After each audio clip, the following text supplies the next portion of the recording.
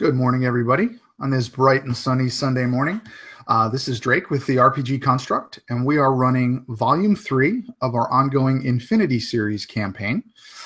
We have the three of the same people that were in for the last two games, but we did unfortunately have to replace one due to some real-life issues.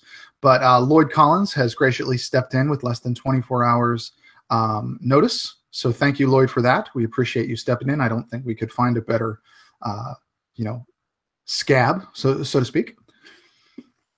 So we're going to get right in, guys. We're going to have Lionel over here, Mr. Nardo, kind of give a recap of what happened in the last session. So Lionel, if you please.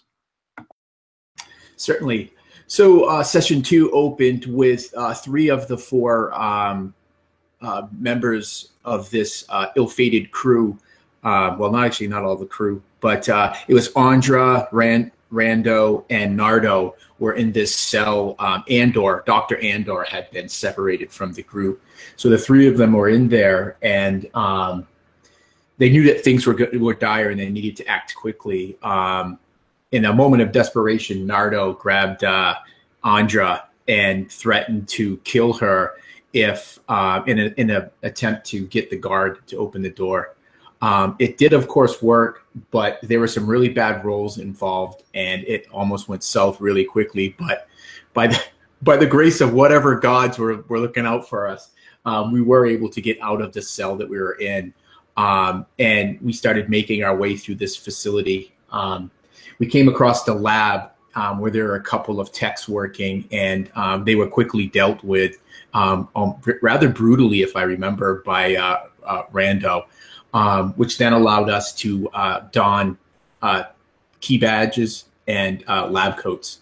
And I think, oh yes, that's right. Rando released this like sentient beast monkey gorilla thing, which then was tearing through the facility, which afforded us a lovely distraction. And so the group was able to move through, and we were trying to locate the doctor and the primary asset. And the primary asset was James Steele, who was actually also the leader of like this resistance faction that was against making this Spectre technology. Who he himself had been turned into a well, I guess a Spectre, or he was placed into a cube at the end of the first session. He went through the first phase of becoming a Spectre, yes. Yeah.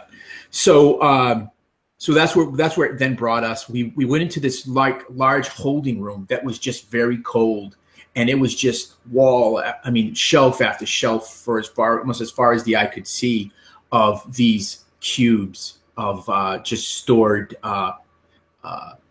personality, soul, whatever you want to call it, and then from there,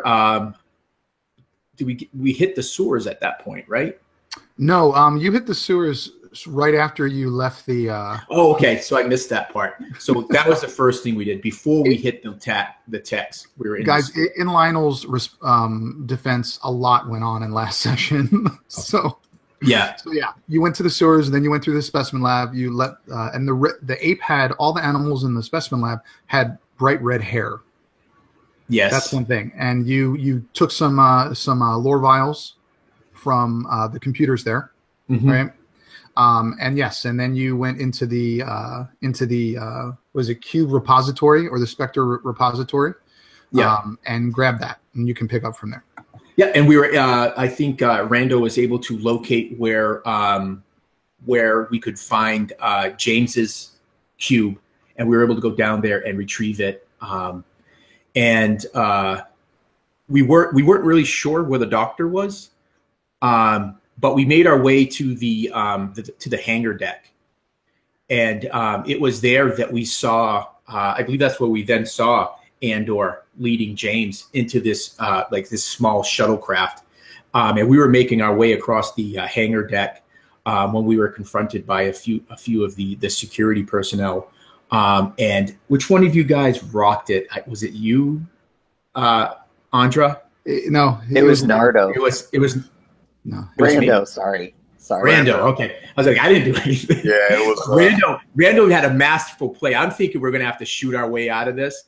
But Rando actually scored a great play and actually convinced these guards that we were there for all the right reasons.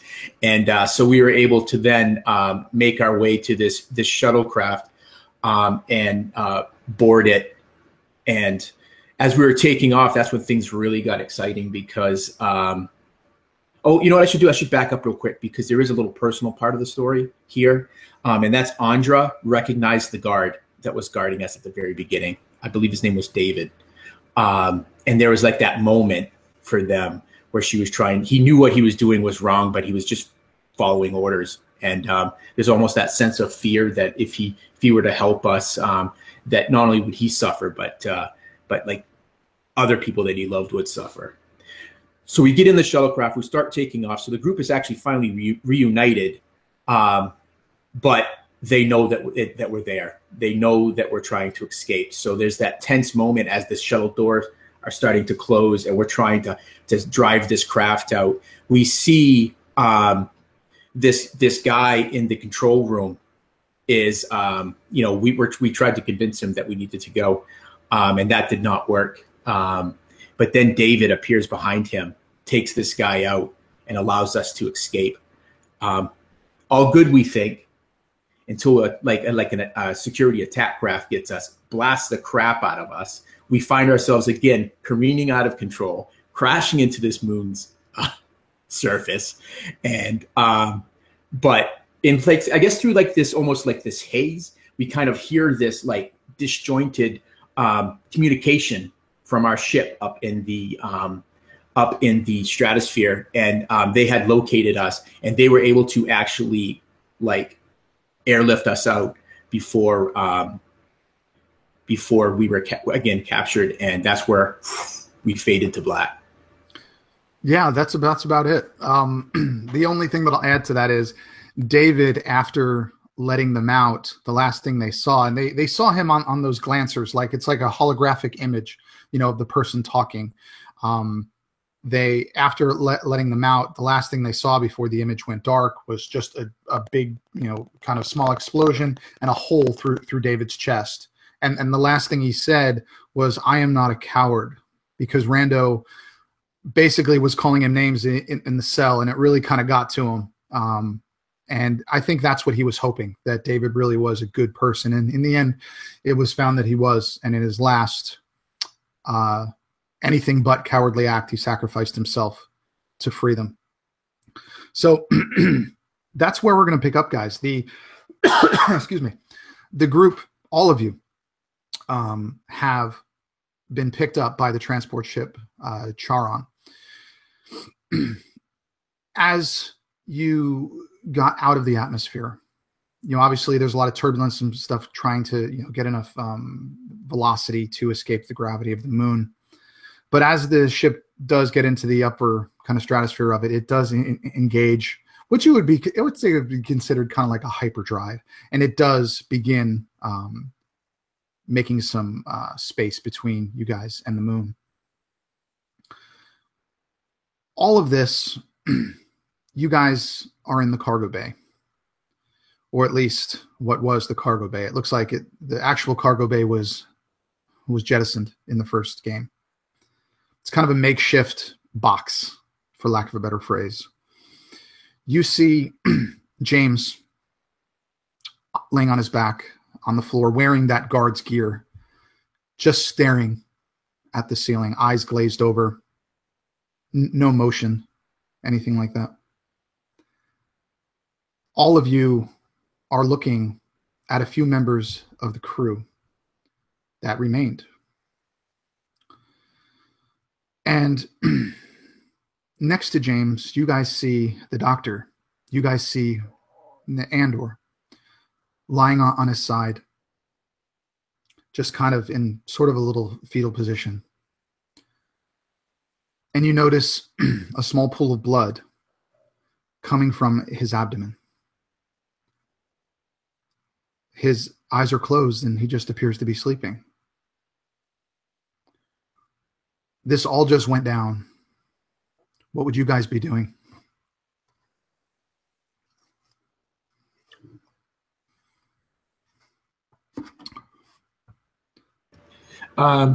Nardo would just be breathing heavy, sitting down, elbows on his knees. It's like that coming down, that rush, that high. I mean, the adrenaline has just been going and going since they got out of the cell, and now that there's that moment of respite where he can breathe, that's when it all catches up to him. It's all just a flood. It's overwhelming for him. It hasn't even registered for him yet that Andor is laying on his side and that it appears like he's been injured. I mean, that hasn't even registered yet. I mean, he's not even thinking that far ahead. He's just grateful that they all got out. What about you, Leo? Rando is, he's been dealing with his morality change, or what he believes is a morality change, and he doesn't understand why he's acting this way, why he has picked up some things that he just has never done before. And he's just standing there. He definitely needs a smoke, so he seems to be twitchy.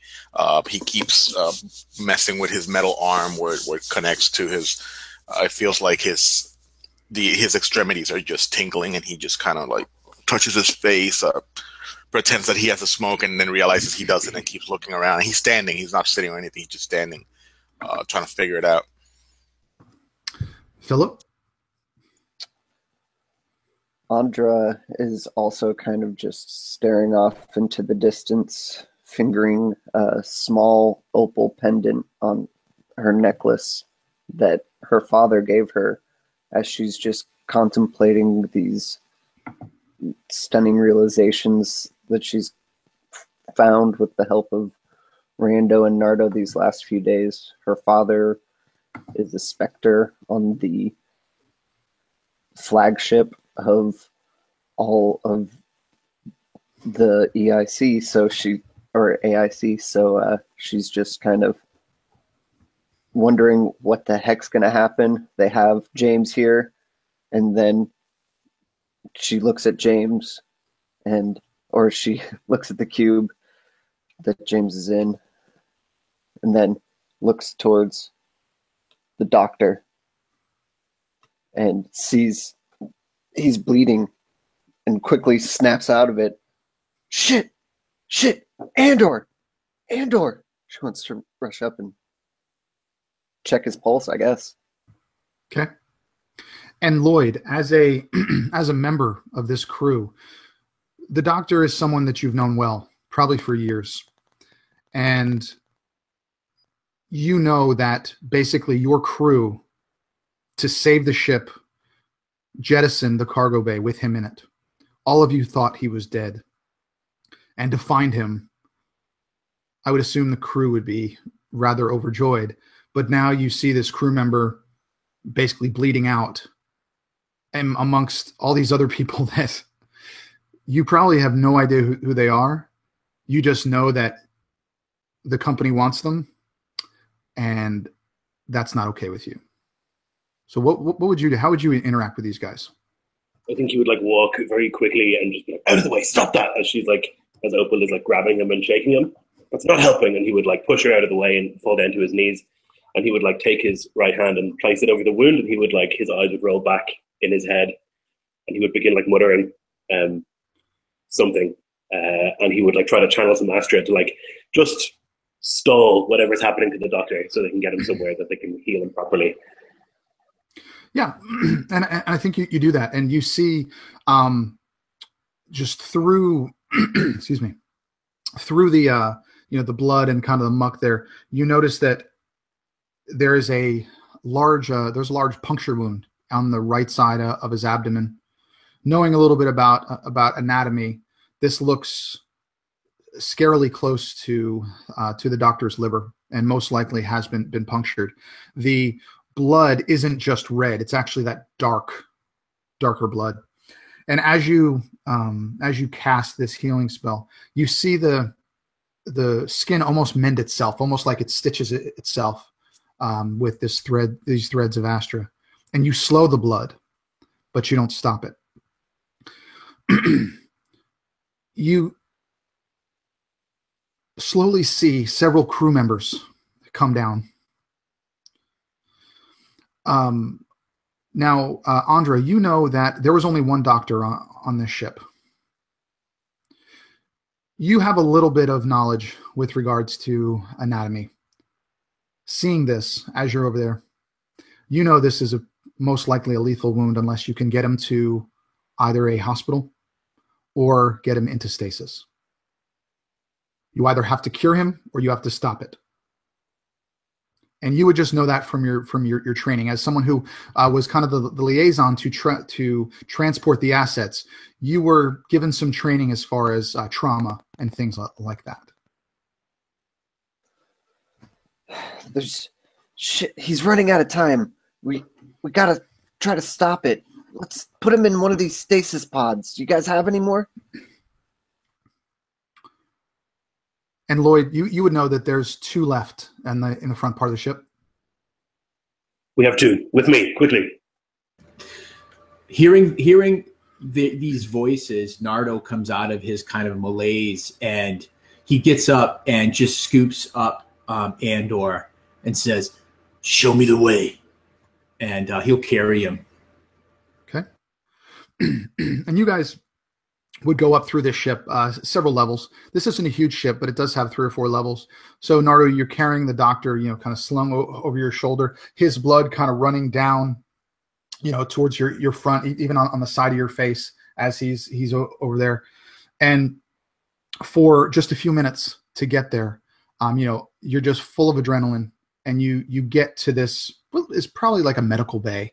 There's a few tables, and in the back you see these, what you know to be the cryotubes that you actually came out of. These are actually very high-end things.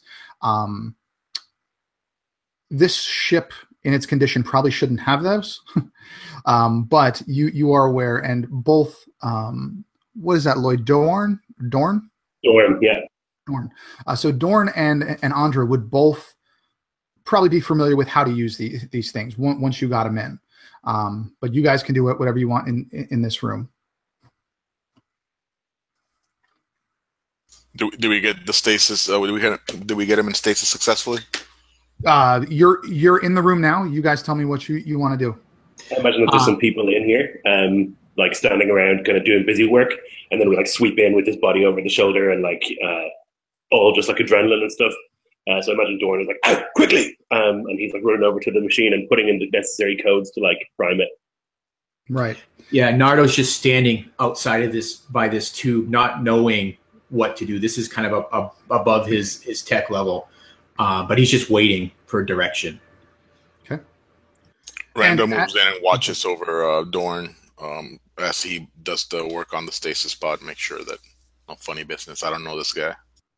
And Dorn, as you punch in the code, the front, glass clear face just and just kind of opens up. A little bit of mist, comes out like your typical cryotube. And Nardo, I imagine that you just kind of slam him in. You're not really delicate about it. You just kind of put him in. You put a little mask on, and I'm assuming Dorn, you would just kind of put the code in to close it. And there's a lot of prep that usually goes into putting somebody into cryostasis. You guys did not have time to do that. Dorn and Andra, you would both know that this is a 50-50 shot. He may not make it through. There's a lot of prep and a lot of medication that have to come to do this properly. That's why when you guys woke up, you were so groggy. And as you guys do, and you can see the kind of through this glass, this kind of white and bluish mist just kind of coming up, and it's not really obscuring Andor's face, but a few seconds in, you see his eyes open, and he turns to you, all of you, and he puts his hand towards his abdomen where it is, and he looks at his hand, and it's now covered in blood, and he presses it up against the glass. And in that final moment, his hand comes back and just falls back, and he looks to be asleep with kind of a bluish white haze to his face. You have successfully put Andor into stasis. You know that it should keep him alive until he can get help. But all of you know that there's really no sure thing. And Dorn, tell me what your experiences with the doctor in the past. How long have you known him? How long have you been part of the ship's crew? And what do you do there? So the doctor and myself, he was instrumental to helping me get over some of the chemical addictions I had when I first joined with the crew. I had been a siphon for Sept Grimar, who are a Sept. I did my 9 years there. And when I joined the ship, I was just desperately addicted to many of the stims and chems that you need to like be a siphon for a Sept. And the doctor helped me like kick that habit and become more self-sufficient, I guess. So I probably know him maybe 5 or 6 years, I think, and that's how long I've been with the crew. Mainly, I do astrogation for the crew, like plotting the trajectory of where we're going and stuff like that. But the powers I have are very useful for like battlefield healing and stuff like that as well. Okay.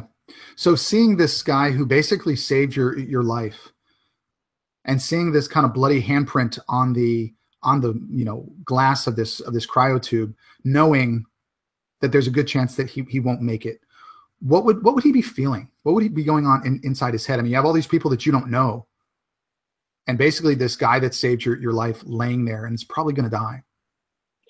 Yeah, I mean, part of the siphon program in Sept Grimar is like this, and he's tried hard to remove this from himself, but it's like this ability to like lose yourself in the Astra and like just like summon all this power to you that's like beyond your control.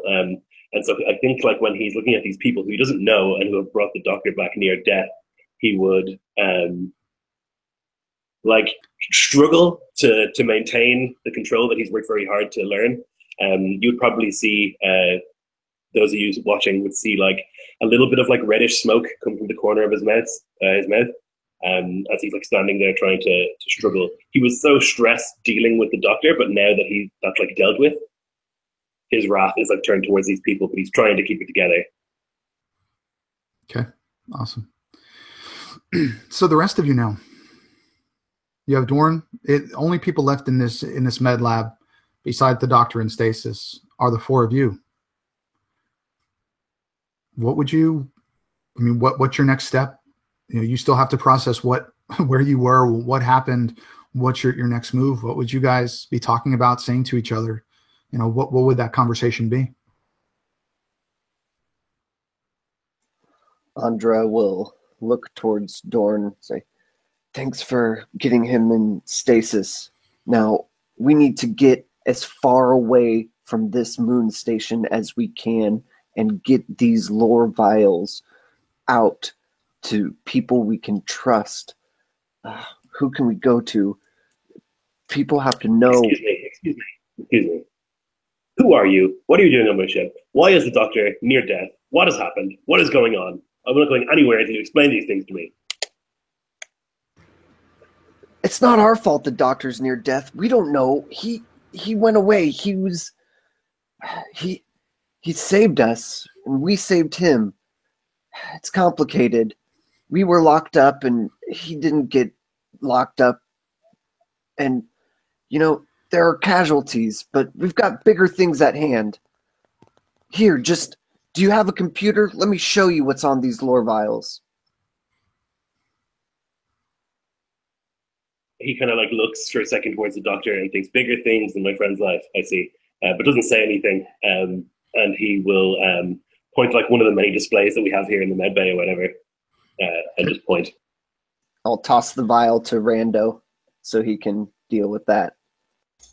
Rando reluctantly catches it, looks at Dorn.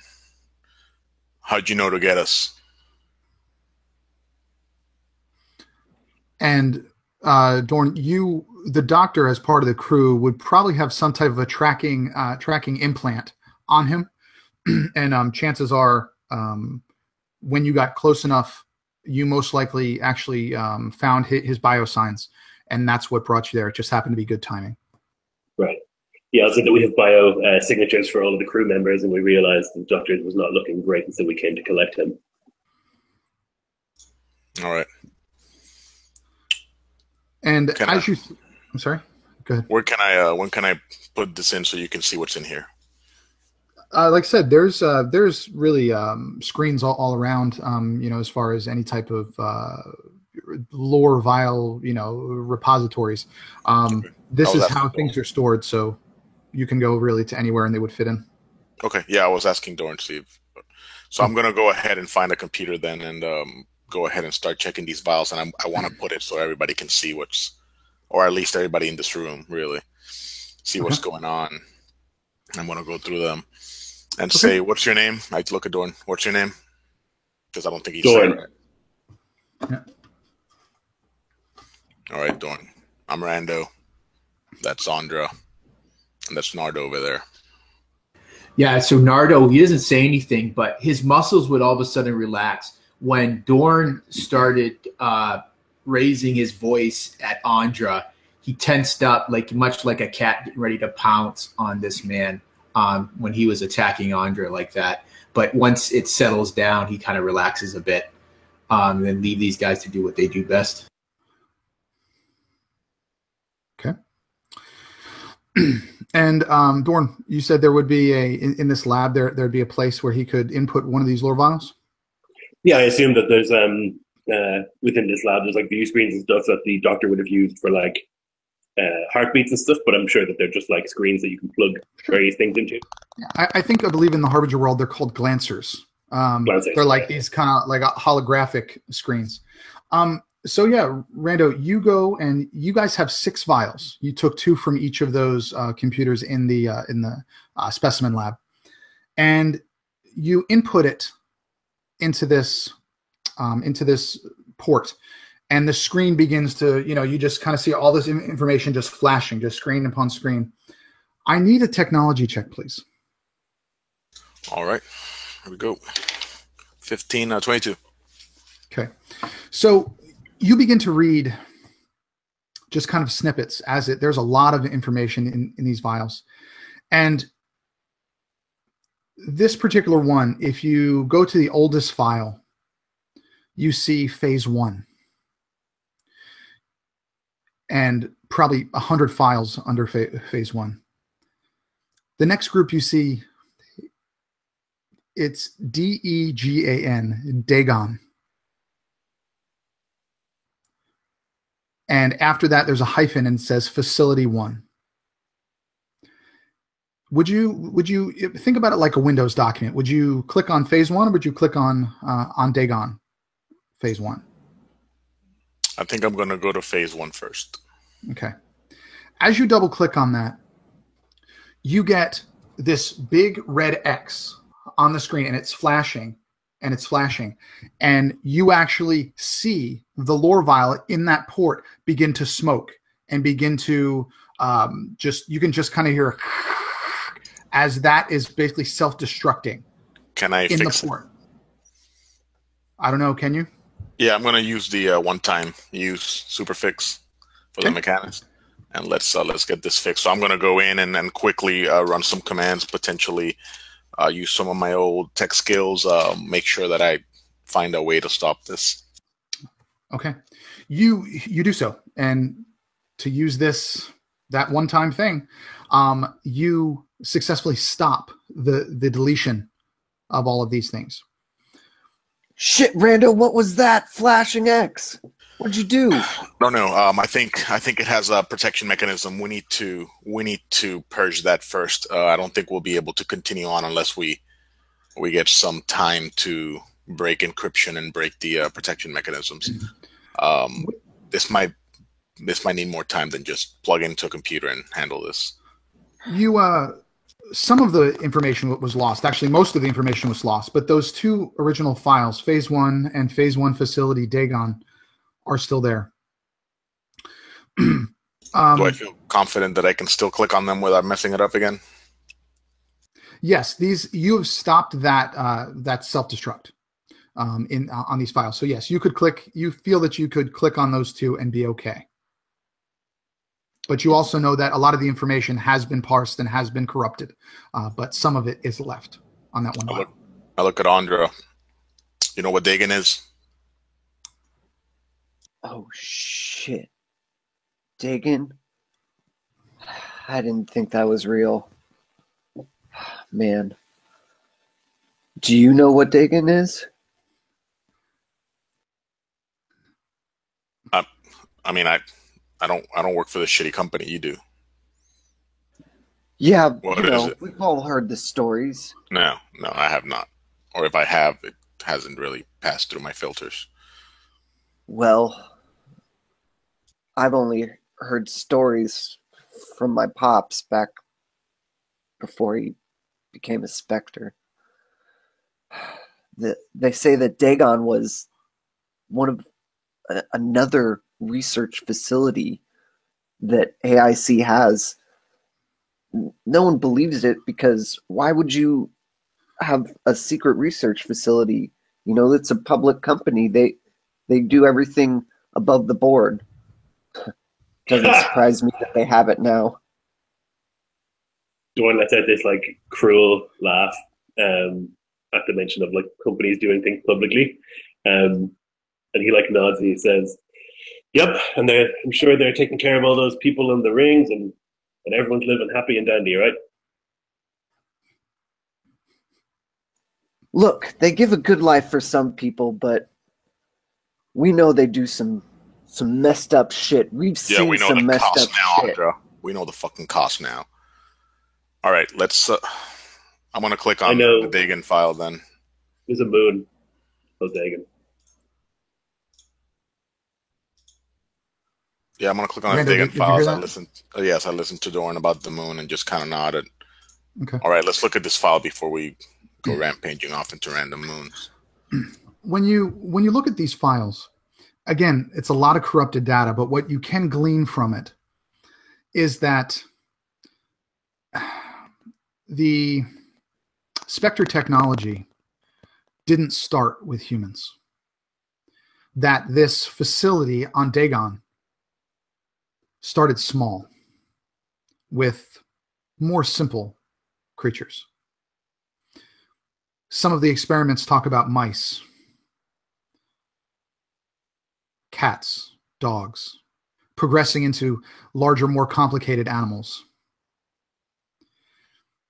And it talks about a serum that they kept referring to as the injection. That this injection of serum was kind of their catalyst for making this happen. You also glean that at this facility, they were focusing on the infusion of red Astra, which to all of you is rather odd, having seen what happened to James and the fact that Sybil, the director, told you that they had to remove all of the red Astra for the digitization to be possible. So this goes almost in complete, conflict to what you guys have already known. But you also know that the logs stop abruptly. Everything seems to be fine, and then they just stop. You don't know if that is due to something happening or due to something, due to something like the corruption of the files. What was the last entry? The last entry, Rando, this one is an odd one for you.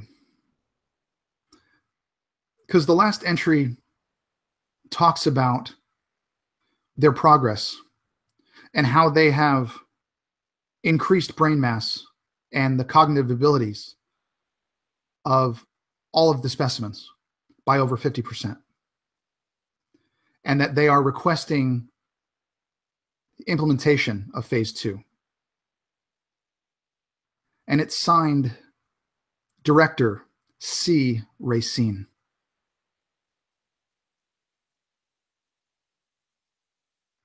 I kind of open my eyes as I see that and try to keep it low key so nobody notices that I kind of stressed out, but my fingers started twitching. I went to my mouth to smoke what I don't have again and look at myself and go back. Can I to make the a screen. perception roll to see if I catch that Yes, name? go ahead.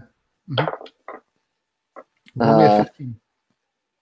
Oop, didn't make it. 13. Then no. The I only think person C- who realizes it. I'm sorry. Go ahead, Lloyd.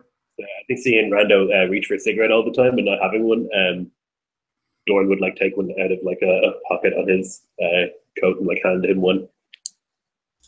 Sure. I look at Dorn. Fuck your lifesaver.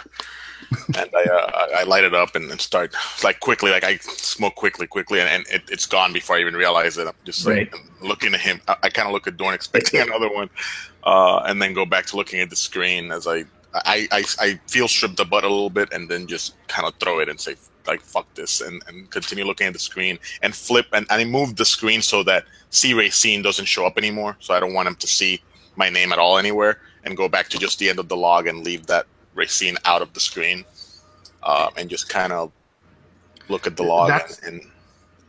That's all that you can really glean from what's left. But you've also, from just looking at the code and your technological background, you realize that anytime you try to access this information on anything except for an AIC sanctioned computer, this self-destruct protocol will be enacted, and chances are you're going to lose most of the information unless you can access an AIC sanctioned computer, and you probably can't get rid of it. Let's go to phase 1, the other folder. We don't think that will cause the problem, right? Go ahead, Nardo. I was going to say, so Nardo's just sitting there and he's getting impatient. He thinks these things should happen quicker. He's like, so what the fuck, Rando? What the fuck do you see, man? Are you going to tell us, or are you just going to keep it a damn secret? It's just, I don't know if you guys are seeing it too, but I'm sorry, I probably read it faster. It sounds like the moon was used, or if it is the moon, I'm not sure. This Dagon thing was used to infuse Red Astra. I think that's how they started. And they started on animals, and they started moving forward to, I'm assuming, humans eventually. But Red Astra was the plan, and this doesn't sound like what we were told, right? We were told that we took out Red Astra because it wasn't working. However, brain mass during these experiments increased by 50%. So that's the information I've gathered so far, but I'm not sure how this helps us. What do you think? I look at all of them. Dorn winces. He like has this flashback to visions when he was being created, I guess, by Sepp Grimar, and all just injections and all sorts of nastiness. And he like tries to tell them that. He goes to say, when I was and he like can't, and he tries again, and he like remembers they've got like a memory blocker on him. He cannot talk about the things that have happened. And so he just like looks embarrassed and looks down at the ground. Andra's gonna look at Dorn and kind of realize he was gonna say something. Dorn, do you know where Dagon is?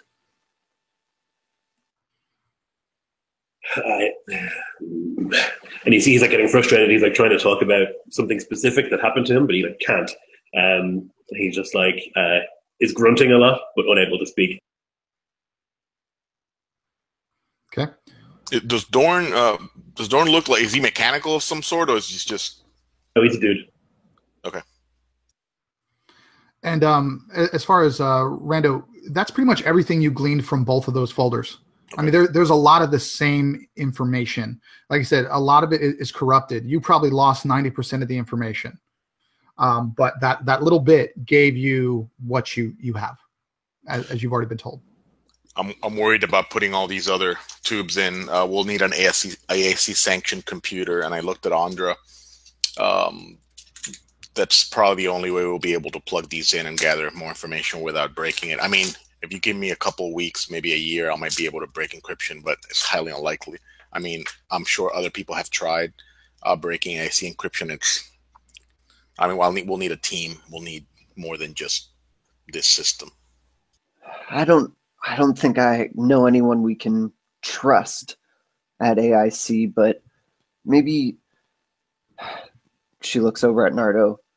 Maybe you know someone, huh? Nardo Naruto smiles. He goes, "Well, I know this one guy. He runs with a rough crew. Oftentimes, you can find him out on the very fringes of the ring. There's this moon called Dagorad. This scum just hang out there. He might be able to help us. His name's Mitch." All right. You think if this Mitch guy has an old AIC computer they stripped away, or a black market computer, we might be able to get this working?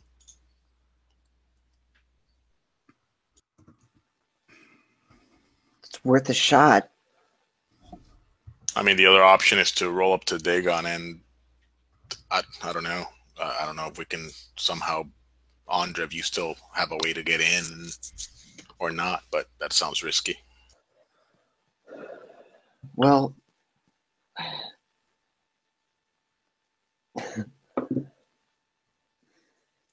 I think maybe we need to try to figure out some more information from these vials, and if we need an AIC computer to do it, I'd like to try to figure some out before we go to Dagon. Just maybe we can find some information on how to sneak into this place. I agree. I mean, yeah, I agree. I think a black market computer of some sort would be our best bet, even if it is outdated. I'm sure some of the protocols might still be used. And when you guys are just kind of talking to it, you have the captain of this ship. Dor knows this as Captain Lewis. Andra knows Captain Lewis as well. And he comes in and he says to the three of you, "What have you done to my doctor?"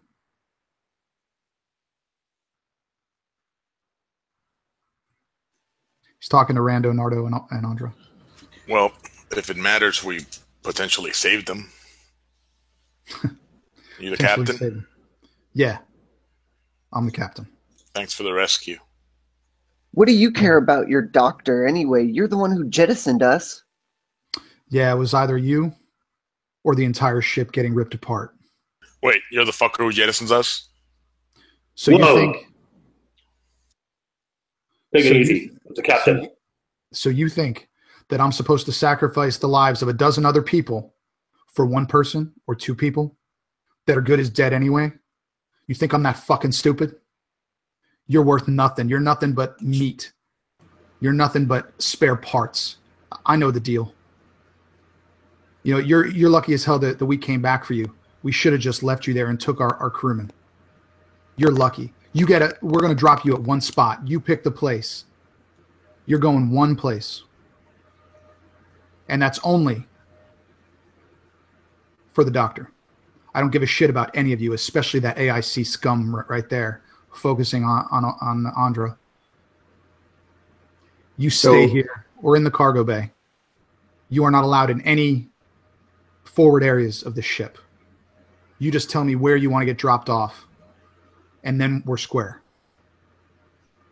So Nardo actually agrees with the captain's logic about jettisoning the cargo bay. Saving the lives of many over the few is definitely solid in his mind. But what he says is, your doctor did a great thing. He saved someone.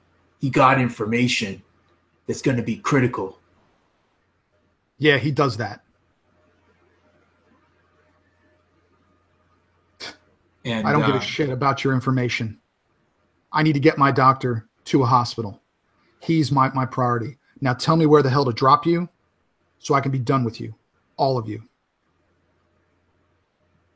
I look at Andra and Nardo real quick and say, there might be another spot where we might be able to do this.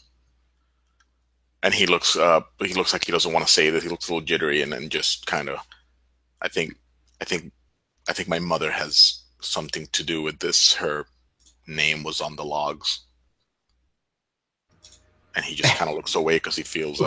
Once Nardo hears that, he snaps. He literally comes up and grabs you like by your shirt and presses you up against the walls. What the fuck do you mean? What the fuck is going on? We got her friggin' father, the freaking Spectre, on the AIC flagship. Now your mother's involved in this shit?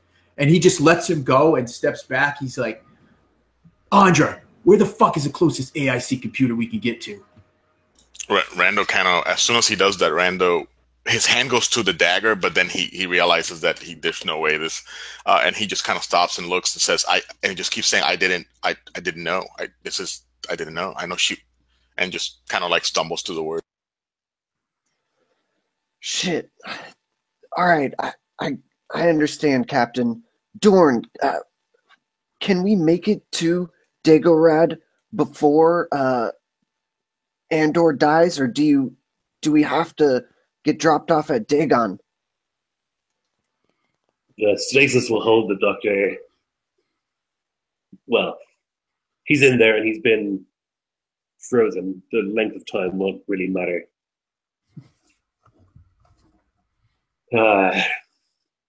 Dagon is closest, and I think the captain will be most pleased to get you off the ship as soon as possible.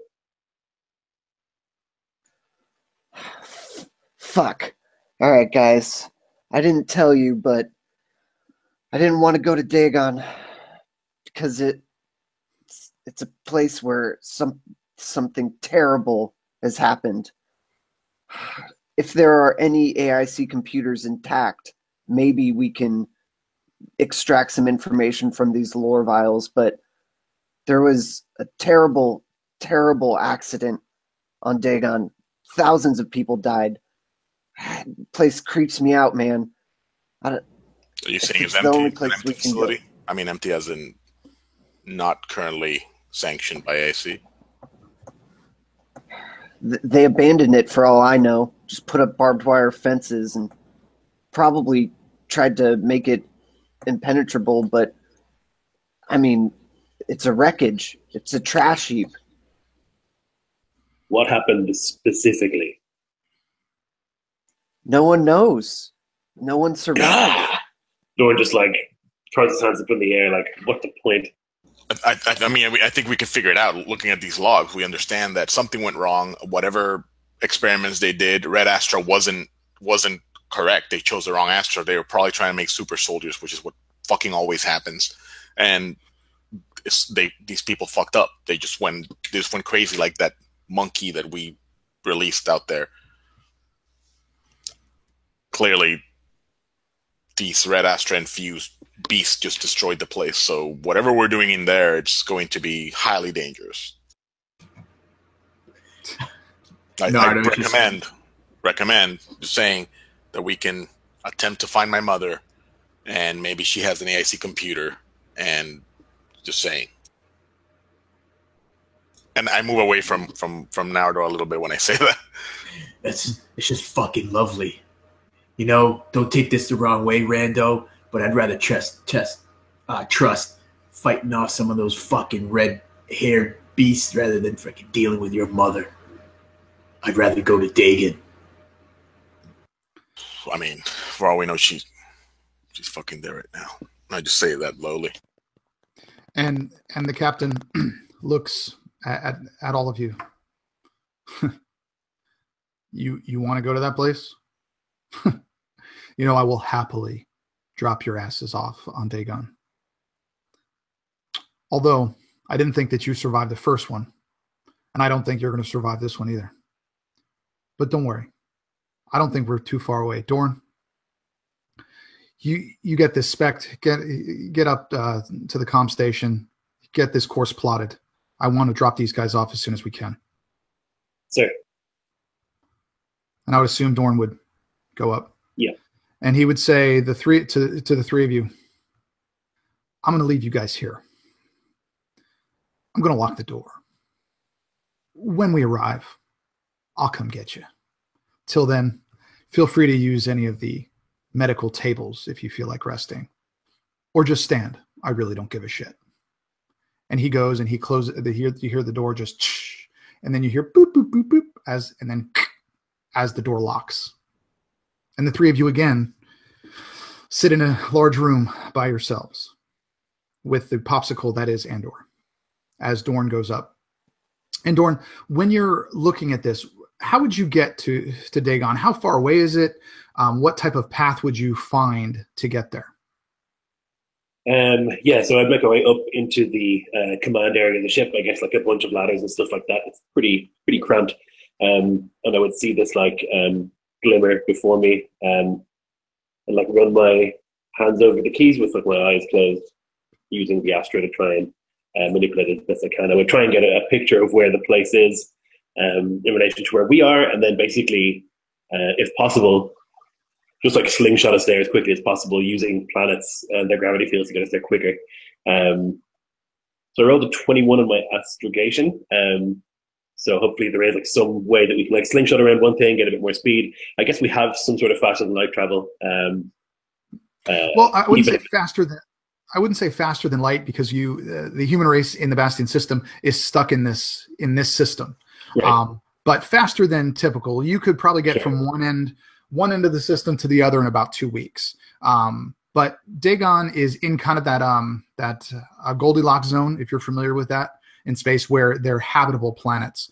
Sure. So you're probably, from your calculations, you're probably two and a half days. Okay.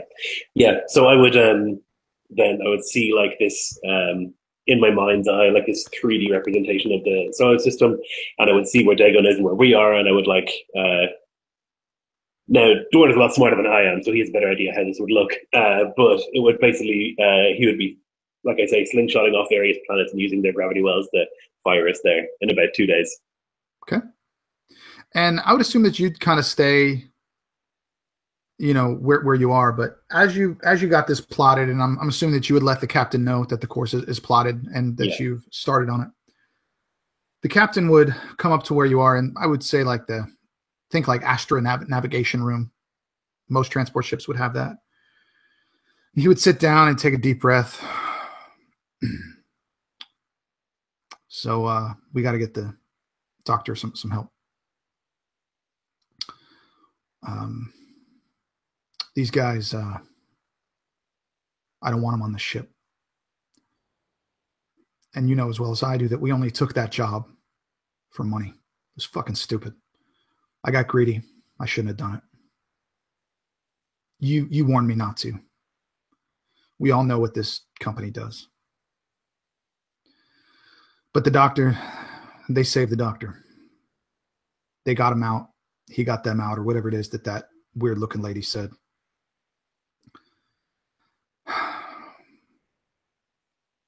We kind of owe him something. Without a doctor, they're not going to make it on that planet. You know what's down there.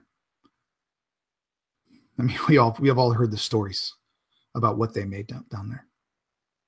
Cross some lines that no one should. Trying to play God. And I mean, can we really just drop them off? Can we really just leave them there? What do you think? Well, and Dorn maybe leans back in the chair he's sitting in and takes out another cigarette and lights it. Well, Captain, back when I was in Sepp Grimmer, we had this policy. We called it an SEP. And basically, when someone was in trouble and you weren't, that was an SEP. Somebody else's problem. That's what this looks like to me. These people got the doctor in trouble, in my eyes. And now they're going to go to Dagon, which is some sort of hell dimension, right? There's monsters and all sorts of evil shit's been unleashed there. But, and it's a big but, looks to me like there's some pretty heavy information to be discovered. Something big, something that could be worth a lot of money to companies that aren't AIC. He's the whole time you're talking, he's just sitting there kind of, he's like, got his elbows on his knees and kind of leaning forward towards you and just kind of nodding as you're talking. Yeah, but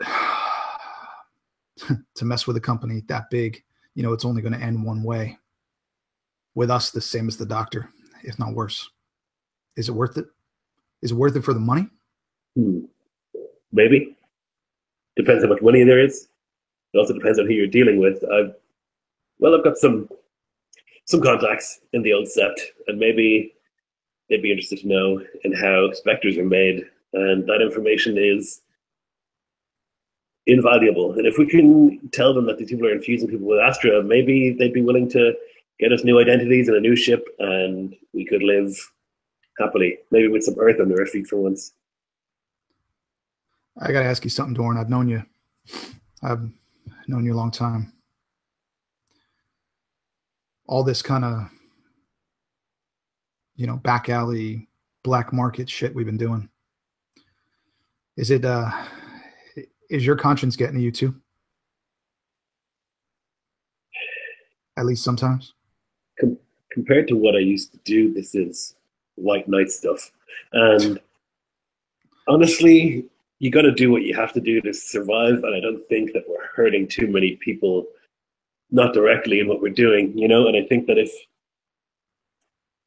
companies don't feel it, and big corps don't feel it, and seps don't feel it when you mess with them. Like they can take a million punches and still be standing. When it gets to me is when we mess with people like us, other crews, other people who are just struggling. Yeah. Well, maybe this could be profitable. Maybe this could be something. But when we get to Dagon, I need some eyes and ears there. Would you be willing to go with them? Make sure they don't fucking die. And whatever you can get that might be of value, take it. And maybe we can make ourselves a little bit of a retirement fund. Are you willing to do that?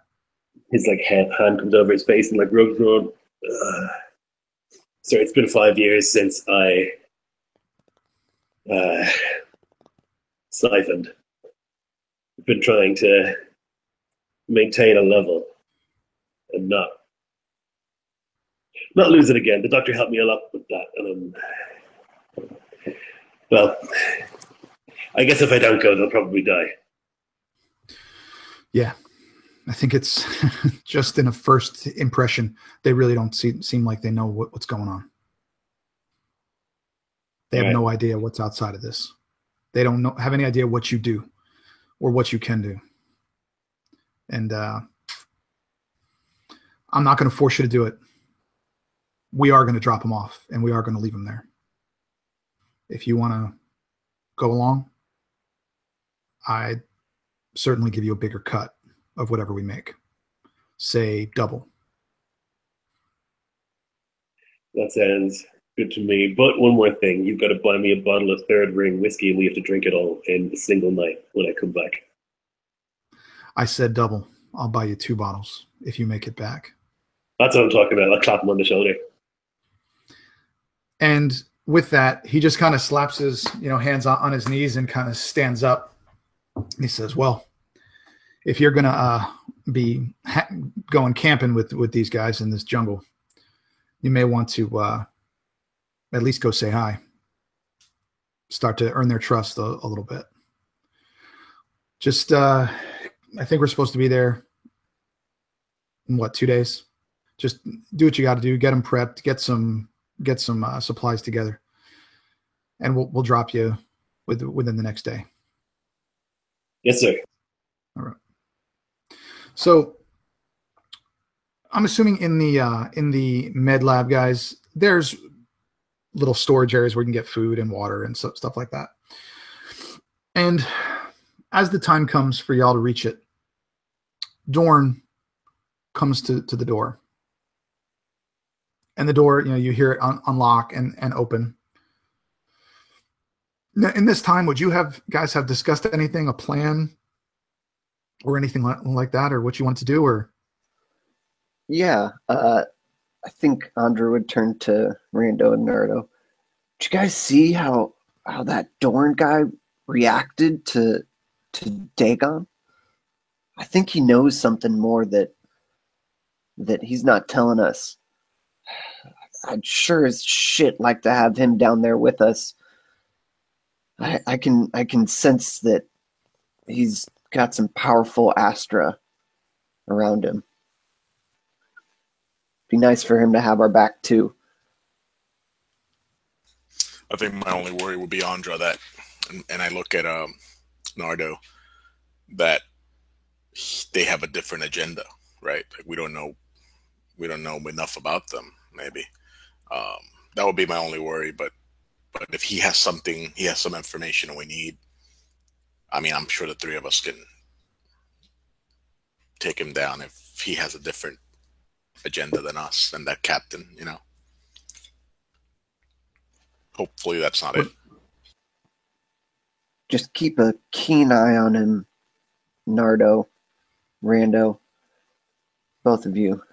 And speaking of our motivations, if your mom's a part of this, are you willing to take this company down?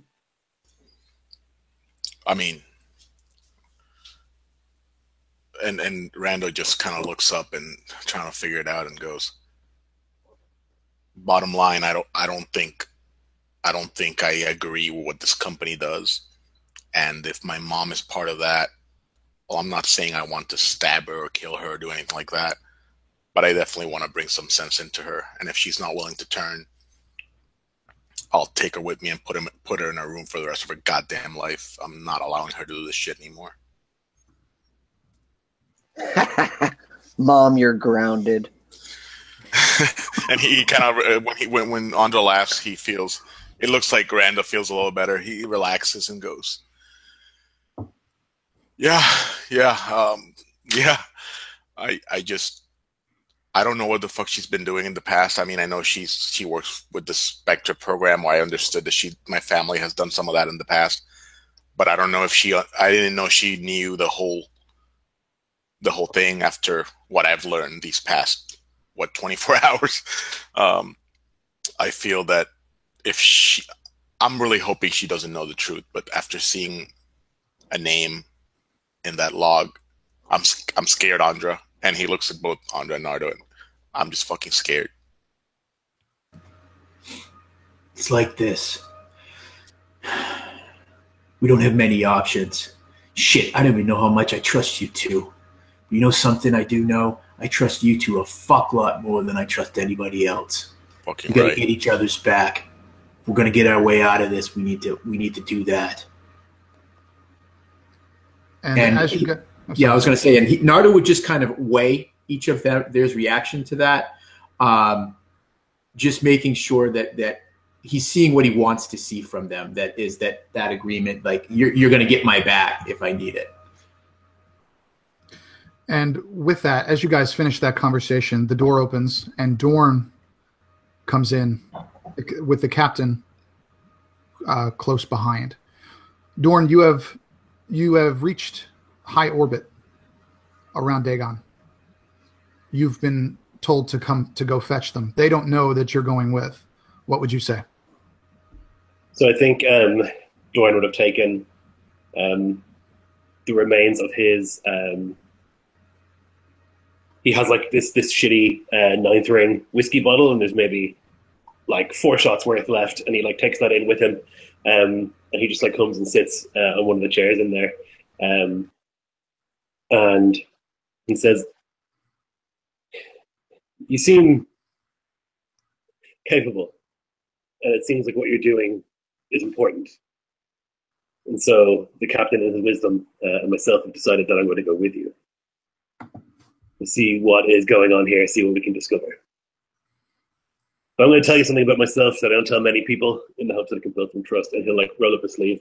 He's got this like big tattoo. It's like 3 triangles interwoven. It's the symbol of Sept Grimar. And he'll say, "I did 9 years with a Sept for a Mansard program. Don't tell other people that. I can't really talk about it. I wish I could, but I literally can't." And then he'll take a swig of the bottle and he'll pass it to Rando. Rando will fucking take the shit out of that bottle, and we'll definitely take a swig, probably a little longer than he should, and then looks at it and passes it over to Nardo, and looks at a Dorn. Fuck. Just thinking about what he just said. Fuck. Make sure you bring some more fucking smokes, man. Nardo's going to take long haul off that bottle too. It tastes great. Probably the best thing he's tasted since before he went in stasis.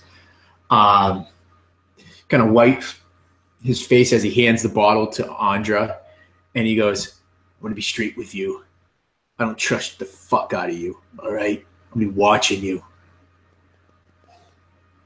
But Andra seems to think that you have the skills that we're going to need, and that's enough for me." And then maybe you'll do one of these things.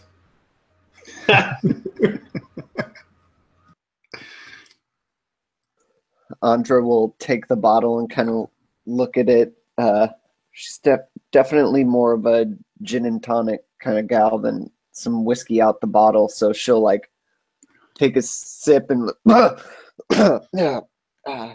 pass it to Dorn. I think since Andra's also a Mancer, she probably has heard of these Mancers who come from this sept.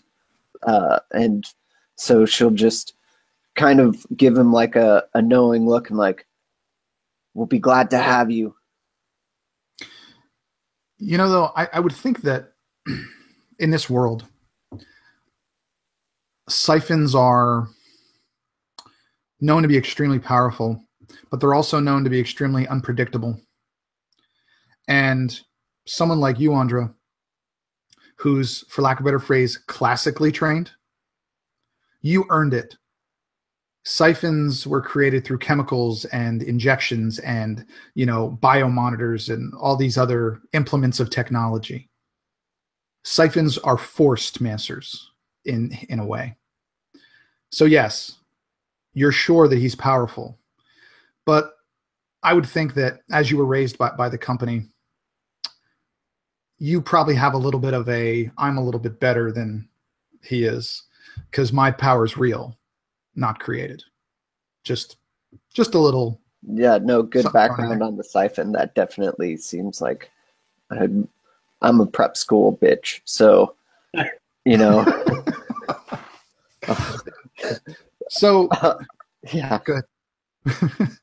I'll sip your whiskey. I'll say, "We'll be glad to have you." But in that knowing look, you'll know that I also think I'm better than you and feel comfortable that I have Rando and Nardo on my side. And the doctor kind of looks and goes, okay, yeah, kumbaya, get a drink, get your shit together. We're here. You're about to be dropped off. And I assume as you guys walk out, Dorn, the captain kind of comes up to you, puts his arm around you as you guys are walking to the cargo bay. And he says, "Remember what I said. Get what you need. Get out. I'm not getting the ship involved in a cause. It's the fastest way to death with this company. You get what you need. You get out. You understand me?" Yes, sir. I'll see you for that whiskey. It'll be waiting. And as the ship descends, there's a bunch of turbulence and moving. As it clears the clouds, the pilot finds a relatively open area, kind of on a little bit of a plateau. As the ship lands with a thud, the back kind of ramp lowers on this ship.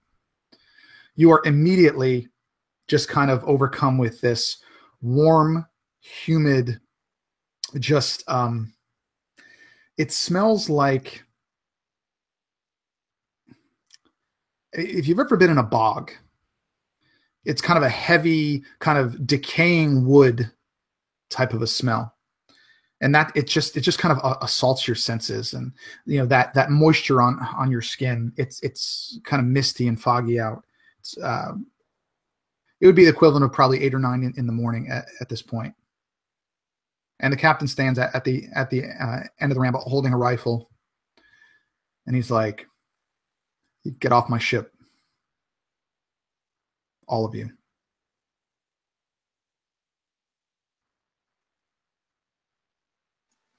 Thanks for the hospitality, Captain. Sure. Get off my ship. Yeah, I just walk out and not even look at him. Nardo too just walks off.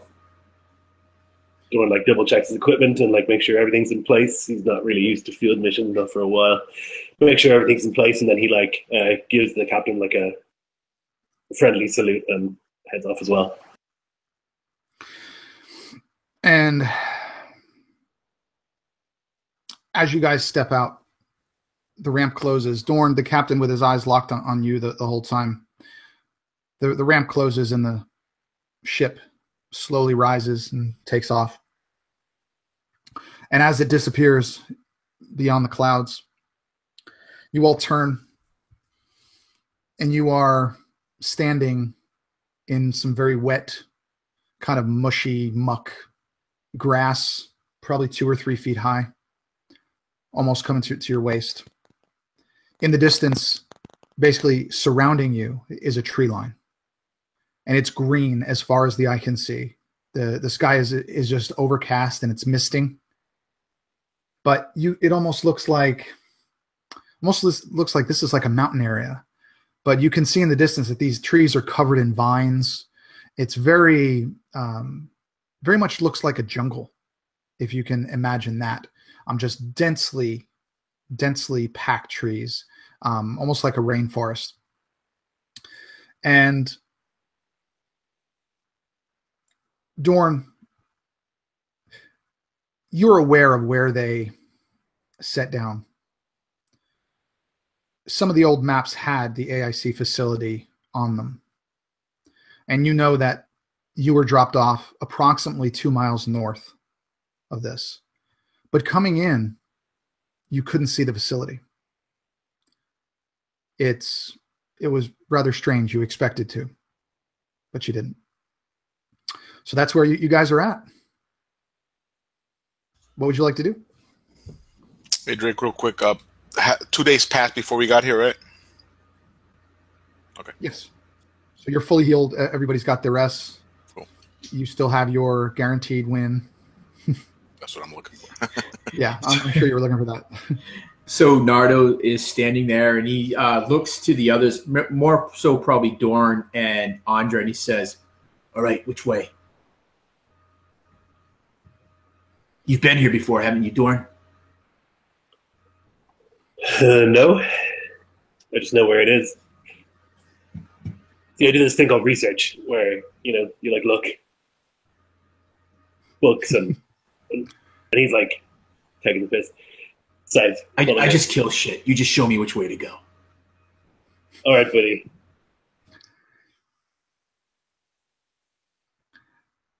And as I said, Dorn, you know that the facility is approximately 2 miles south of where you are. I would assume that you packed a compass.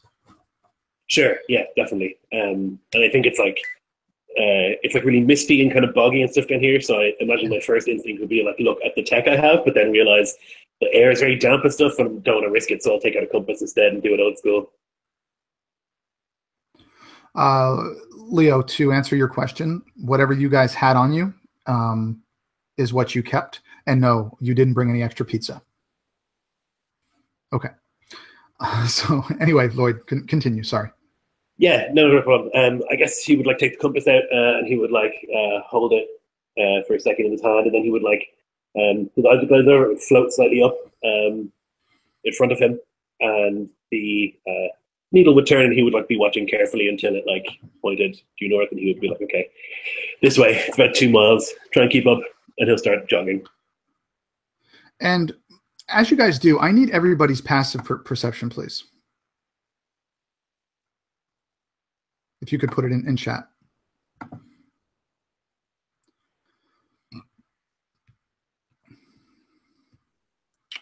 Leo? Okay.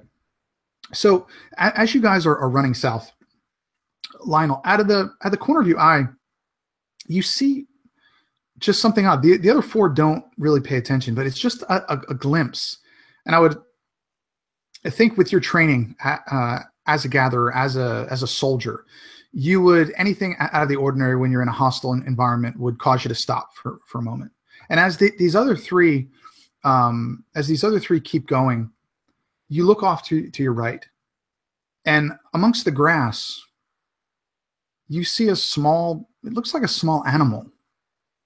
And it's slowly walking towards you. And when it's just a few feet away, let me show you what you see. It's only like I said, it's only a few feet away from you. 1 second. But you see that. And it's just looking at you. And just kind of turning its head. Am I sharing, by the way?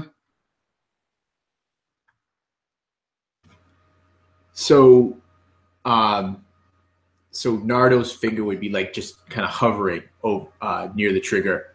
And he's kind of, as he's looking at this thing, he would, so it's how far away did you say? Right now, probably about 5 or 6 feet. I mean, it's small. It's probably only about a foot.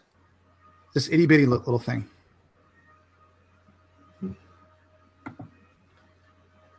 And so who's the closest to me from the rest of the guys? I'd say probably Rando. He's probably 15 feet ahead. Andra's probably 20, and Dorn's probably 30. Yeah, so he would do a quick, and he'd be like this. Rando looks and just what's up? Okay. And he would do one of these things with his head to direct him to look where he's looking. Rando breathing a little hard because he's been jogging and is a smoker. Yeah, and he looks at that. Do I see it? Yes, you can see it, just not as closely as Nardo does. What the fuck is that? That metal? The fuck are they doing here? And he would just Nardo would just keep an eye on this thing, and he would just start to slowly walk to where Rando is. Okay. As he gets closer, I'm going to tell Nardo, I think we need to get rid of that because it could be watching us. It looks like metal. It could have a camera. And Nardo, as you get closer to Rando, it still keeps that 6 to 8 feet distance. As you go, it just, as you take a step, it'll take a few steps, but it keeps that distance. It doesn't ever get any closer. It just kind of follows you. Could I potentially use an insight just to see, does it look like it's threatening? I mean, like it's threatening or just curious? Give me animal handling. Animal handling, perfect. What ability does that use? Wisdom. Wisdom, okay. So it's just going to be 16. It doesn't seem threatening. From your perspective. It just looks like it's following you. It finds you interesting, but you don't notice any aggressive behavior. It's basically just a rat, just made of different things. So Nardo's gun has like a shoulder sling. So he just kind of slides it over and he just says, "Get me," to Rando. As he kind of hunkers down, maybe reaches in a little pouch and pulls out like a little bit of a ration. And he's like, and he kind of just kneels down and sets it down on the ground, maybe like a couple feet ahead of him. And he just tries to coax this thing in. Rando just moves his scatter gun to ready position, like just what he's seen in the movies because he's not a soldier, and puts it kind of on his chest, maybe a little too high to his chin, but just ready. Give me one more animal handling roll, Nardo.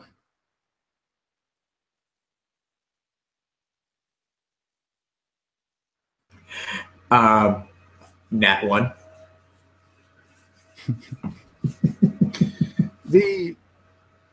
Would you like to narrate that, or would you like me to?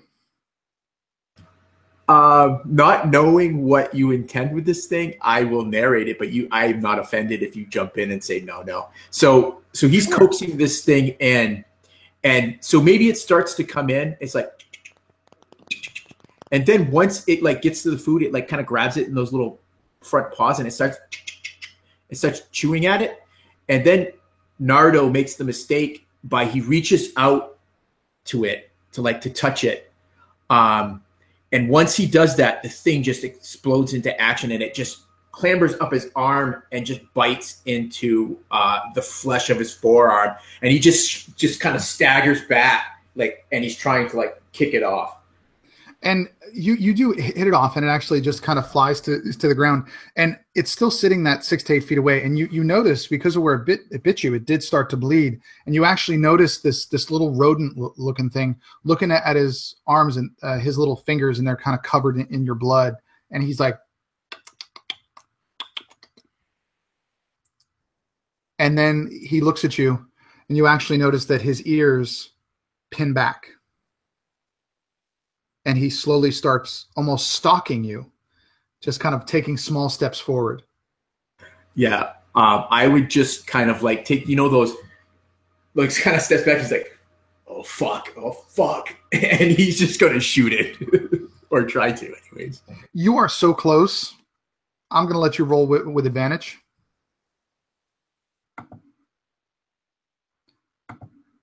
The AC is only a 10, so. Yeah, I hit with a 17. Then describe what happens to this thing. Which weapon do you use to kill it, and what does it look like when it's dead?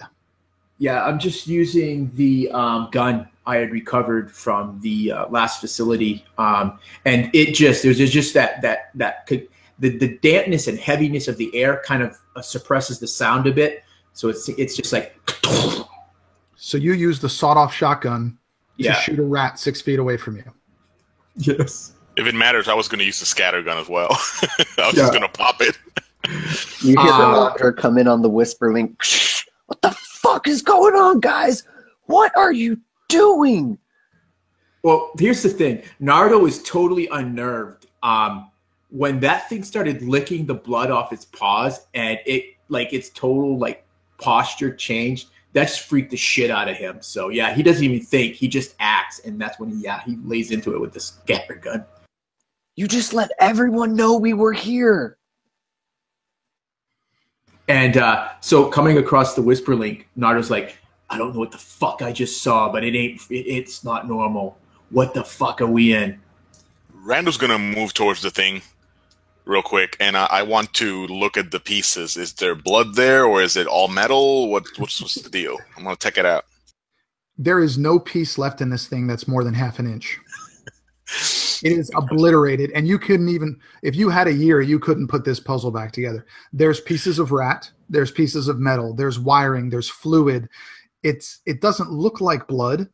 I mean, it looks like blood, like red, but it doesn't have the same kind of viscosity. It almost looks thin, like a hydraulic fluid. But the only thing that seems to be intact is this thing's, like, the front part of its face, like its jaws. That's the only thing really that's identifiable. Everything else 6 feet away with a scatter gun on something that's this big. No, there's nothing left. What's the face? What's the metal? Can I identify the metals? Titanium or anything like that? Sure. You know what? You would know this. You would know that it is a titanium alloy. There's a bunch of other stuff, but it's made basically not to corrode. It's very similar to what they make some ships out of. Interesting. I'm going to relate to the whisper link. I don't know what's going on out here, but some of these animals are a composition of biomechanical. We need to get one alive if you see another one. Let's not shoot. And he looks like Nardo. I would have shot it anyways, man, but let's not shoot the next one. Firing discipline is important. Nardo does one of those things like, sorry? And Dorn, hearing this, what would your reaction be over Whisper Link? I think his eyes roll back in exasperation. So far, he almost passes out. It's like, these guys are supposed to be professionals, but this is just ridiculous. Shooting the second we land, and so he would just himself start to look around and be quite wary of what they've attracted, but also over the whisper link, literally whisper and say, "Firing discipline is important. Maybe don't fire guns." Says the living weapon. I'm not the one who's making lots of noise. Be quiet. And so I'm assuming that, Randall, would you grab anything? Would you keep those jaws? Would you? I definitely would keep the jaws. Yeah, I pocket the jaws, and I want to start looking around as we move for another one of these small animals. Something that I think the grapple gun can grab if I can get a shot at it. currently you don't see anything else. I mean, this is very high grass. The only reason why you saw this one was because it kind of went to Nardo. He found Nardo interesting before he killed it. So yeah, you really don't notice anything. The only thing you notice is a very annoyed, impatient Siphon up front, just kind of looking back at you guys like, let's go. All right. So are we like a mile away? No. Yeah, sure. Let's say that you went a mile, sure. And you're only about 100 yards from the tree line now. Let's approach this tree line a little more cautiously. I want to stealth over there, even if it takes us a little longer. Okay. What about the rest of you? Is everybody trying to stealth together, or is it just going to be you and the other three are just standing and walking? Because that really doesn't serve a purpose. I'll try and sneak as well. I think stealth makes a lot of sense. Yeah. Okay, everybody give me a stealth check. I need you to roll a 13 for me. It's going to be great. So I rolled a 4. I don't think any bonuses will bring me over 13. No. Actually, I got +5, so I did get a 13. I'm like whispering loudly to Rando as I'm like, hey, don't step there. Watch out for that twig. Hey, you're being too loud, Rando. Shh. What do you want me to do? Shit. I don't know. A metal arm. Come on. Dude, yeah, hide that shit. Sorry about that. Oh, we lost him. I just dropped. Can you just hear me? Yeah. I didn't realize you dropped. Yeah, we were. Sorry about Andra, that. go ahead and say it again what you did. You were yelling at me. Yeah. Andra's just kind of like, shh, Rando, come on, be quiet. Look out for those twigs. You gotta be sneakier. Come on, dude. You're being too loud. So, okay. So, who made the save? And who didn't, or the stealth check, and who didn't? Because I can't see my chat anymore. Okay, I made it. Oh, yeah, I just got the 13. Okay, so Lloyd and Lionel, you guys become one with this grass, and you are successfully hidden. Andra and Rando look like they're trying, like they're crawling down on all fours, and they're in the mud and just slopping through, but it's just obvious that there's something crawling through. So you guys are going to be unsuccessful getting to the tree line. Hold on a second. I hate this damn planet. Why can't we be walking in some nice metal and air conditioned? Oh, nasty. I agree. And I keep looking around just to see if I see another animal. I'm on the watch. okay. In an ironic moment, across the whisper link, Nardo says, "Can you guys keep it down?" And Keep it down. God. and as you guys get to the tree line, you actually see that at the tree line, it goes up slightly, probably about 30 feet. And then there's this steady kind of decline. And down at the bottom, probably half a mile away, it's pretty far, you see the remnants of a man-made structure, of a facility. But it couldn't be any more different than what you came from on Eris. Roots of trees have overgrown much of it. Most of the windows have been broken out. The vines have almost just covered everything on it. It's almost like it's become part of this forest. You stand there for a few moments, and the only thing that you can really make out as far as movement is a few birds, a few kind of little things skittering around, but they just look normal, nothing crazy. But as you begin to walk down the hill, the sounds of the birds and animals and insects all stop until all you hear is the sound of your footsteps and each other's footsteps. And as you draw even closer, the ground is a little bit softer, kind of covered in leaves and stuff like that, so you don't crunch like you did on the amongst the top area with all the gravel. Until you stand probably 200 yards. And it looks like there has been some type of a barrier or something put up that surrounds this facility. Andra, you're familiar with this. This is, for lack of a better phrase, an electronic barrier. It's a metal bottom, and you know that it's basically a wall that if you touch it, or you've seen it before, it can kill you. But you also have never seen one in this much kind of disarray, as old as this.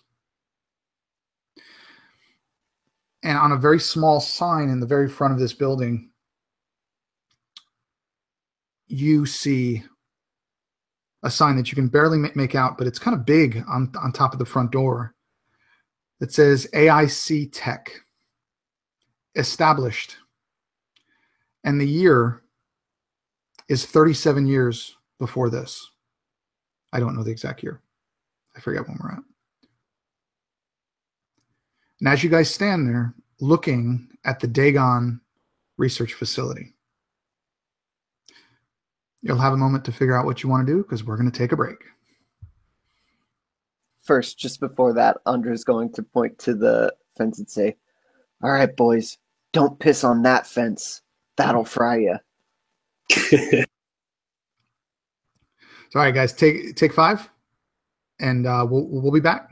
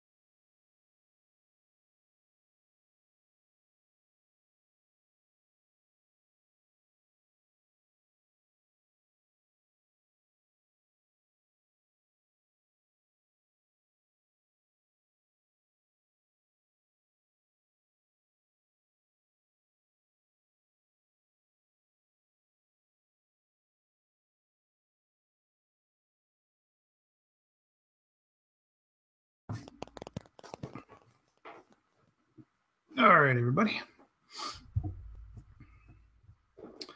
Had to go get my phone.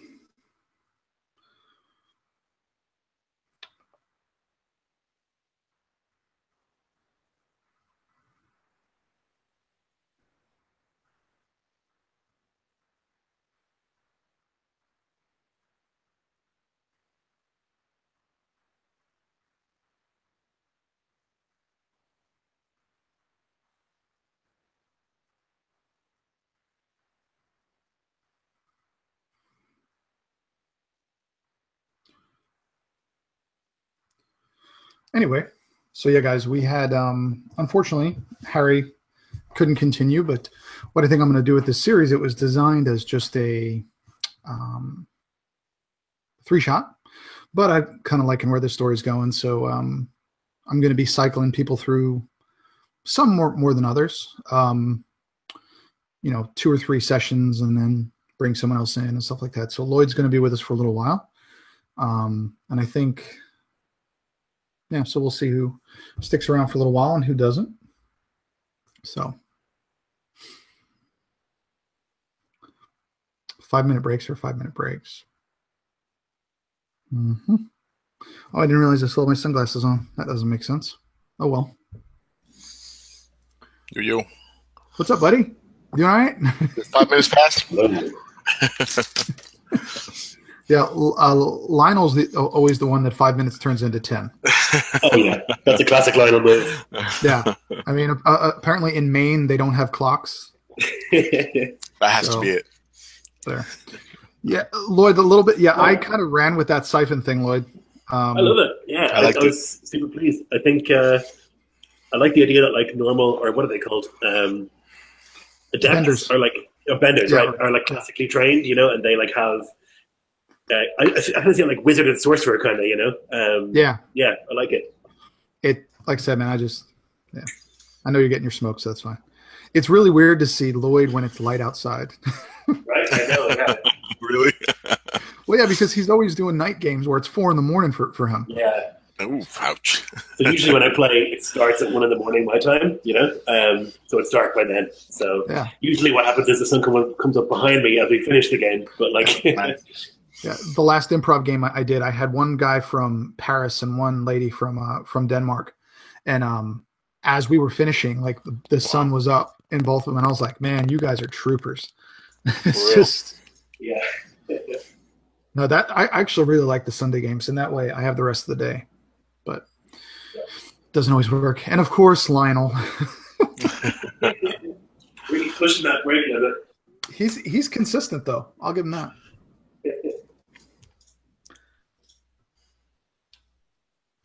But anyway. Did you hey Drake, did you I'm not sure if I want to ask this question, but was going to Dagon planned, or were you just gonna go wherever we went?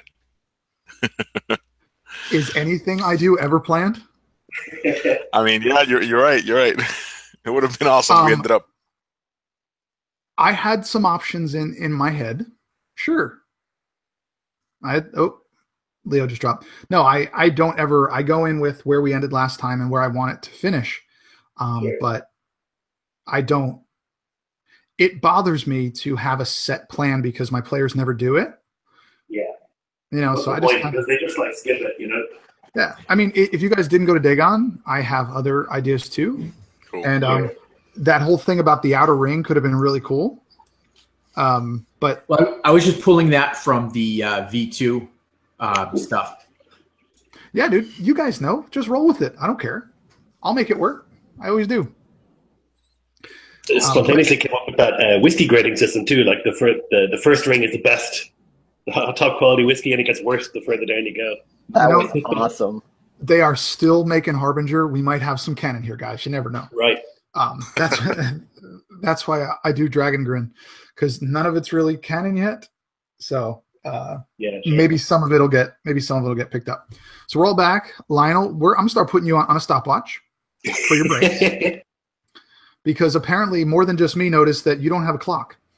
I do not. Sorry. Yeah. I was when I take my breaks, especially when I have my kids, I'm sorry. That's when they're like, I have to do dad stuff. So I apologize.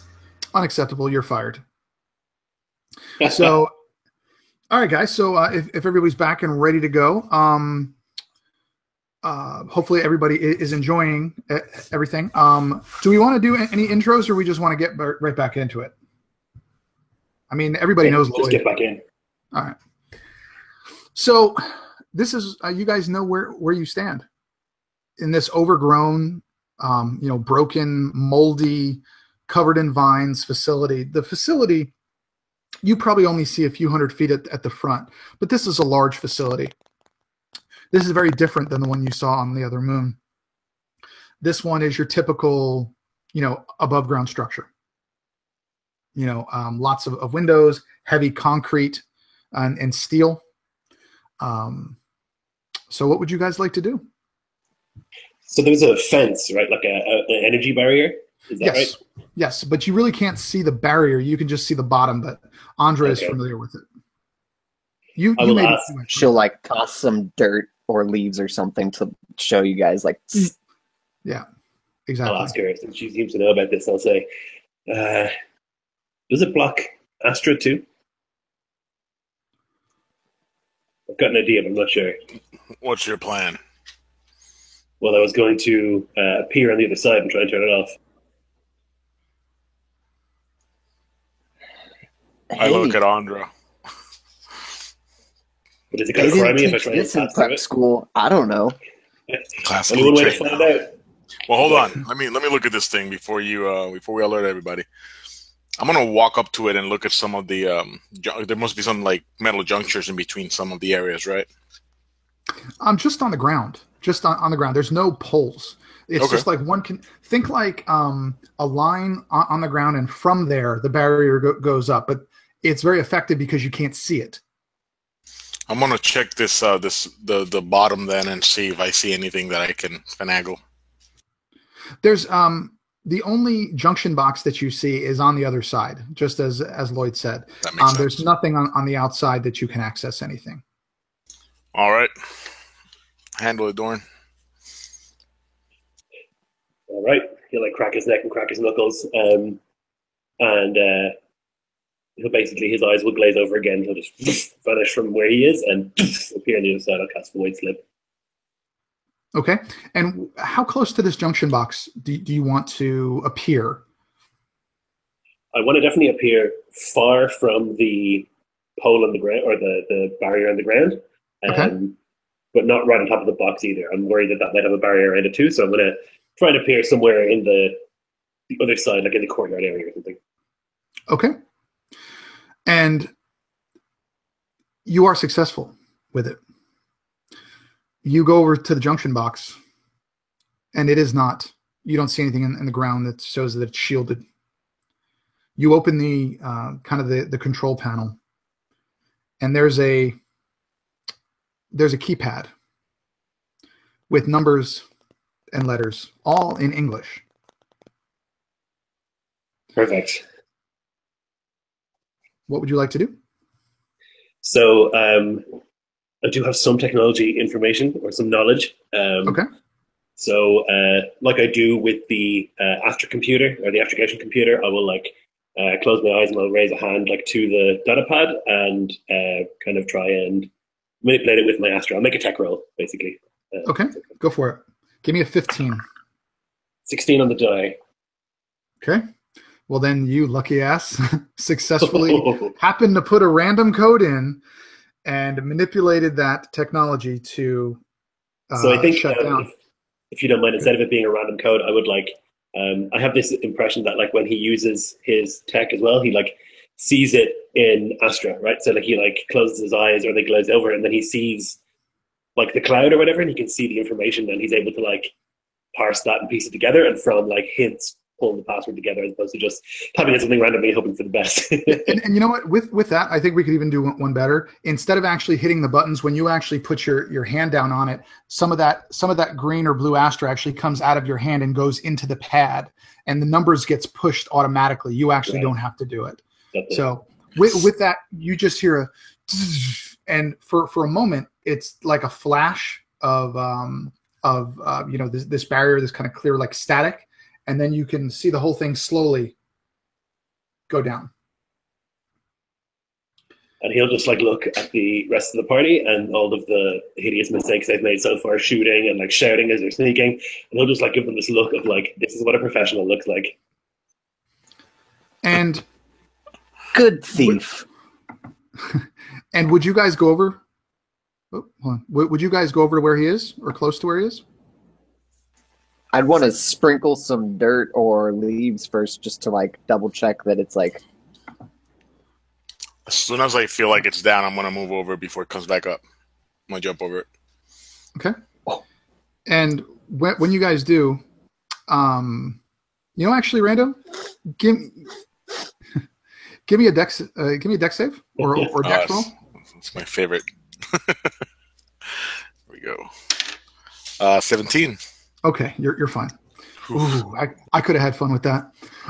So as you guys all get up there, you actually hear when that thing drops all the way on the control panel, Lloyd, you see that the blue kind of numbers now all turn red. And you begin to hear metal on metal moving coming from the entrance to this facility. Just kind of metal scraping on metal. It's still faint, but it's kind of a rhythmic pattern. I think we have company inbound, guys. Make a move. What would you guys like to do? I prepped the scatter, gonna start, kneel down and just point in the general direction of wherever this metal's coming from. I'll go ahead and hop over the energy barrier, or the downed energy barrier. Okay. Where they are. Nardo would find cover. Okay. Lloyd? I think he would try to have a quick look at this data pad again and see if he can like turn off whatever he's turned on. Okay. You want to give me a technology roll? Yes, sir. Oh boy. Total of 7. Yeah, that's not going to be successful. Nope. As a matter of fact, when it's you can actually see once it was that kind of Astra energy went into it, you actually have noticed a few sparks coming out of it since, and little wisps of smoke. You don't think that this thing's really connected anymore. Right. And as this sound gets louder, and this creaking gets louder, you all are, I said, right now you're probably about 100 yards from this this door. And after probably 30 seconds to a minute of this kind of metal on metal creaking, you see something come out of the door. And it's surprisingly, Nardo and Rando, one of those little rats. One of those little metal rats just sits there and, just kind of, but it's at the silver and the red and everything. And seeing that, what would you guys say or do when that thing walks out of the door?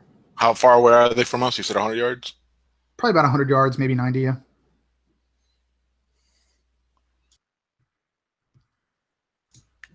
Should we grab one of those? I say on the whisper link. Do not shoot it. No, let's not shoot it. Let me get closer and grab one of those. So I start moving slowly forward, and when I'm at around the range of the grappling hook is 30 feet. So I guess I'm gonna try to get there. Okay, 30 so feet. You're gonna get within 30 feet of the door. What are the other? 30 feet of the animal, and try to. Yeah, he's that. right outside the door, like 5 feet. So, what about the other guys? You said you're about 100 yards away. You want to follow him? You want to? Yeah. Okay. Like probably about maybe a meter or two to his right, Nardo would kind of move up. He's got good trigger control, so he's not touching the trigger, but he's ready in case he has to, even though Dorrance says not to shoot. Okay, Philip and Lloyd. Rando, this isn't time to get a pet. We need to go find a computer. Hurry up, just go. Interface with this, we might get more information. Agreed. Lloyd? All right, go grab it. Doran would like click his finger, and like some red astro would appear around his right hand, just in case. But he's not going to cast anything yet. Okay. And would you He'll guys follow. would you guys be following Rando as well? Yeah. Okay. So as you get up there, Rando, as you get right, probably within a foot, and this thing is just sitting there, just looking around. All of you, behind you, you hear kind of a whining noise, kind of a like something powering up. And Nardo, you have the highest perception. You would notice this first.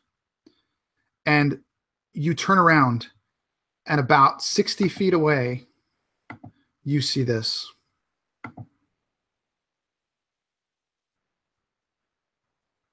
Oop. Sorry, give me 1 second. Roll for initiative. Oh, jeez. This is not good.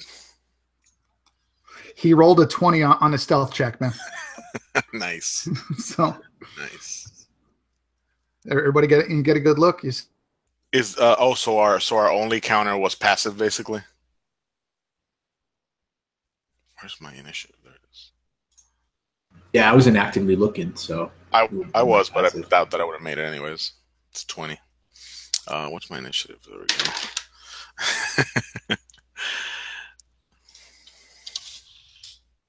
Can you see the chat, Drake, or are you out of the chat now? Did we lose him again? Can you guys hear me? I can hear you, but I can't hear you. I can't Yeah, that's hear enough Drake now. question.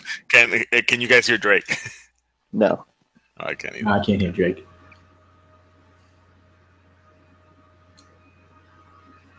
That is a badass picture, though. Yeah. That is awesome. Not good for us, but that's awesome. So because I see it, I'm just going to yell, "Everybody hit the ground!" Sorry, guys. That's all right. It seems We like every decided that time we killed it already, so we ran the It seems combo like- without you. every time I screen share, it basically kicks me out, which is odd. So whatever. Anyway, so yeah, what did everybody roll? If while I get everything back up, what's the order? The chat there. Opal, Dorn, Nardo, and Rando in that order. Okay. Doran, Nardo, Rando. Okay. I'm not going to screen share anymore. 1 second, guys. I apologize for the delay here. It I'm just not was going a terrifying creature, though. I'm sorry. Say that again. That was a scary-looking creature, so I'm glad I you think screen shared. I was like, oh, shit. It's scary without that Gatling gun on its back. For real. Right? Yeah. Just like, All right, give me 1 second here. Can you guys hear me still? There we go. yep. All right, good. We're back up. Okay, so, Andra, surprisingly, you go first. And this thing is Yeah, so- about 60 feet away, and it's just stalking. Think about about the size of a tiger, just like a large cat with a Gatling gun on its back. What would you like to do? Yeah, so Andra is like the last person to kind of go over to this rat that Rando is looking at, and she hears the whirring, turns around, sees this huge creature. She wants to try to like get behind the closest tree to get some cover from this, what looks like to be an automatic Gatling gun about to fire, and fire Okay. a quick Astro Bolt at it. Okay, roll to hit for me. Nat 20 again. Yes. Okay. So, sorry, just 1 second. Astro Bolt. I'm not going to boost it or anything. 4 damage. Okay. And what Astrobolt is Red Astra? Yes. Okay. So I'm like running to this tree, and my Red Astra is like coming, surrounding my hand, and then as soon as I get to it, I'm just gonna like sling an Astrobolt towards it. And you got a 4 with a crit? Yeah. Okay. It was a 2, and then I doubled it. And when it hits, it's almost as if this thing has some type of a shield around it. It hits it, and it's like that Red Astra kind of dissipates just like right off of its skin, and you're not sure, but you can almost see that its eyes glowing red actually seem to get a little bit brighter. It didn't seem to have any effect on the creature. With that, it's actually going to take a shot at you, Andra. And it is going to hit, and you are going to take... I'm going to have Twitch Shield activated. Okay, he rolled a 22. Yep, that's enough. Okay. So you are going to take 11 piercing damage as this Gatling gun or this auto gun starts shooting, just takes out some of the tree that you're standing behind and actually goes into your shoulder. But you'll take 11 piercing damage. Dorn, you're next. Okay, so seeing that the attack from Opal didn't seem to work, Dorn kind of is unsure of what to do. His go-to when it comes to a fight is to blast things with his astro powers, but that doesn't seem to be working. So he's going to try it anyway, just in case. So I'm going to try and do what's it called? Chrono Burn, which cost me 2 after fate. Choose a single weapon or suit of armor, which I guess would be the Gatling gun or the creature itself, since it's made of gear. It becomes worn. So he would like reach out his hand, and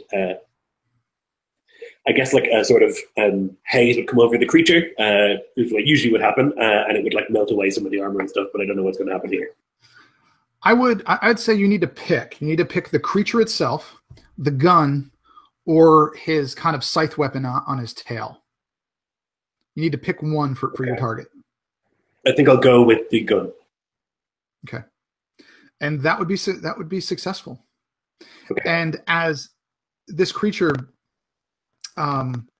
obviously is a kind of biomechanical cyborg type creature, that has been here for quite a while. If the condition is already worn, what would your Chrono Burn do to it? It drops into the next condition, which is malfunctioning. Okay, so you are successful with that. You hear as this Astra kind of covers the weapon, and you hear it begin to slow down spinning, and until it just kind of is like a grinding, and then it almost rusts on the outside and stops spinning. And the creature just kind of looks back at its gun, and then looks back at you. And although you don't see it moving, you can hear a growl.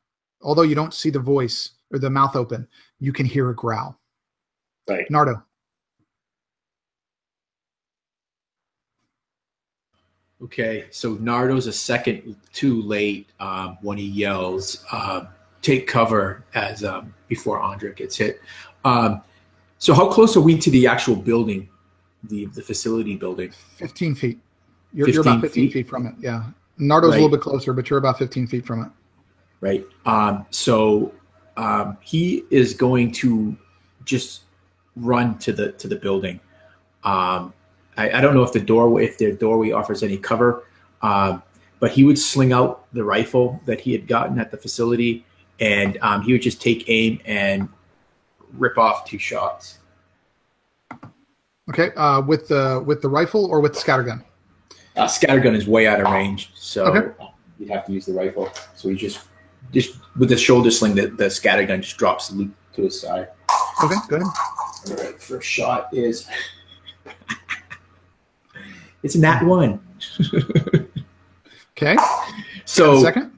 So the the second shot, what happens is, so he fires and it goes wide, and what happens is the brass shell gets lodged in the ejection chamber, so it fouls the next round from getting dropped in. So I'll lose my second shot. Now, roll me a d20, please. Just a straight d20, no modifiers. Okay, 11. Lucky ass. Okay, so yes, you foul the gun, but it does not explode in your face. Oh, that's good. So next is Rando. All right, so Rando is staring at this little rat attempting to shoot his grappling thing, and then all hell breaks loose, right? So he looks at this thing. How far is it from me? From right now, it's probably about 40 feet, but you can use your movement to get within 20 or 30, whatever you want. Yeah, is there cover anywhere within 30 feet of this thing, or are we pretty much SOL? Besides, well, Andra is a little bit further out. There's some trees, but the only cover you could is probably within the doorway. All right. If you went further away. I think I'm going to have to move forward, shoot this thing, and then run away, because I need to move within 30 feet. Okay, for the scattergun? Yeah. Okay. I'm going to point, if possible, try to shoot that gun out of it, because I think the gun is in malfunctioning mode. If I drop it again, I'm hoping that it goes into broken, but I'm not sure how that works.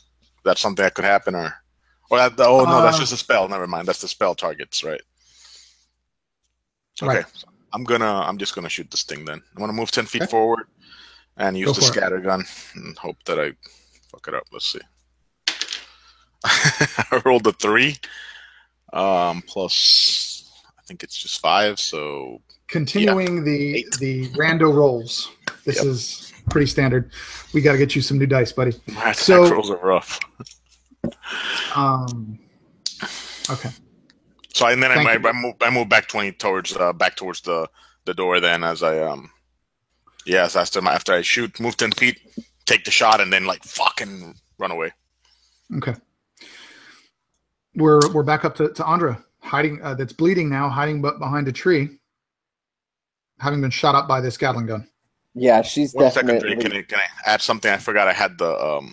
I'm gonna use the bonus action to create a spheroid and hand it over to myself. I'm gonna hand it to myself for later use. I should have used that before, but I didn't. What kind of spheroid? I'm gonna use the one that does attack. Okay. Yeah. No problem. We're back to Andra. 1d8 to hit. Yeah. So I guess I think if I use a dash action, I hopefully can make it to the building where everyone else is. Yeah, I need to get in that building, and I need to get Nardo between me and this freaking creature. Okay. You can absolutely do that, man. Absolutely. All right, so dash cool. will give you 60 feet, right? Yeah. Yeah. You can actually get in the doorway, like right in between it.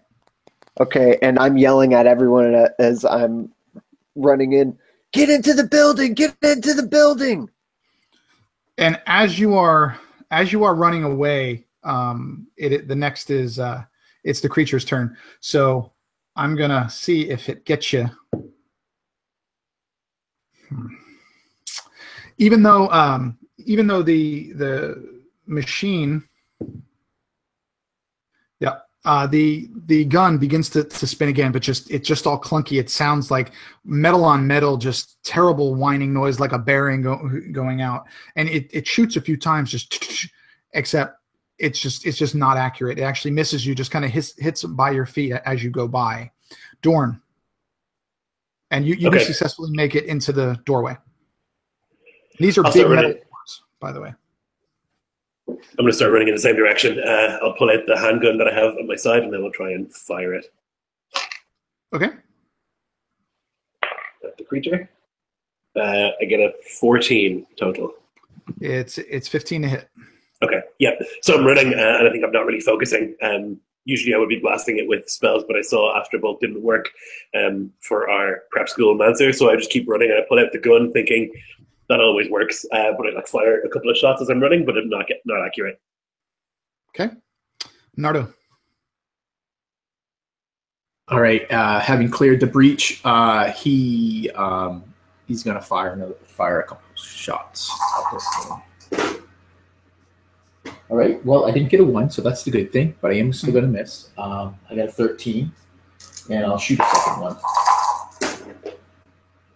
All right. That is a 16. That hits. All right, and it's for 6 piercing. And tell me this: what color are the energy cells in that rifle? This is a carbine. It has no energy cells. Okay. This one. This is on the first gun he had Okay, taken off. gotcha. Gotcha. Okay, cool. So yeah, so roll for damage for me, bud. Yeah, it was 6 piercing. Okay. All right, and you're just going to keep shooting? You're not going to go back, use any movement to go back? I thought I had made it to the doorway Okay. in my last turn. If I haven't, then Nardo would get the rest of that way, and he would do exactly like Andra was hoping. He would kind of take his hand, his left arm, and just kind of like push her like back, like in a defensive way. Gotcha. And finally, Rando. Who is inside right now? All 3 of them. Okay, so I'm going to, if I can move towards the door, and if I have a chance to look at the panel and attempt to close this door real quick, if that's possible, if there's a panel at all. No, this isn't these are swinging doors. They actually swing open to the inside. The one on the right side is actually cracked open about 2 feet, but these doors look like they're closed manually. Oh yeah, let's close them manually if I can then. Okay. Just push I'm it going to close. need, and as you guys walk in, you're just seeing the floor. There's a bunch of rubble. There's broken, there's furniture. There's, pieces of ceiling, beam. And think about like if you were in a big building that has been run down for, let's say, 50 years, and things are just falling. There's kind of debris and rubble everywhere. It's kind of hard to keep your footing. You can close the doors. That's not a problem. But chances are this thing is going to try to follow you. So what would you like to do or find or look for in there in order to brace the door? I'm going to weld it with the arc tool, man. I'm going to do this right. Okay. Absolutely. Give me all right. For that to happen, I need the other 3 of you to be holding this door closed for him. So I need all 3 of you to be give me a strength check. And Rando, I'll let you do this pretty quick, like one or 2 rounds. So if everybody can give me a strength check besides Rando, I'd appreciate it. Crit fail.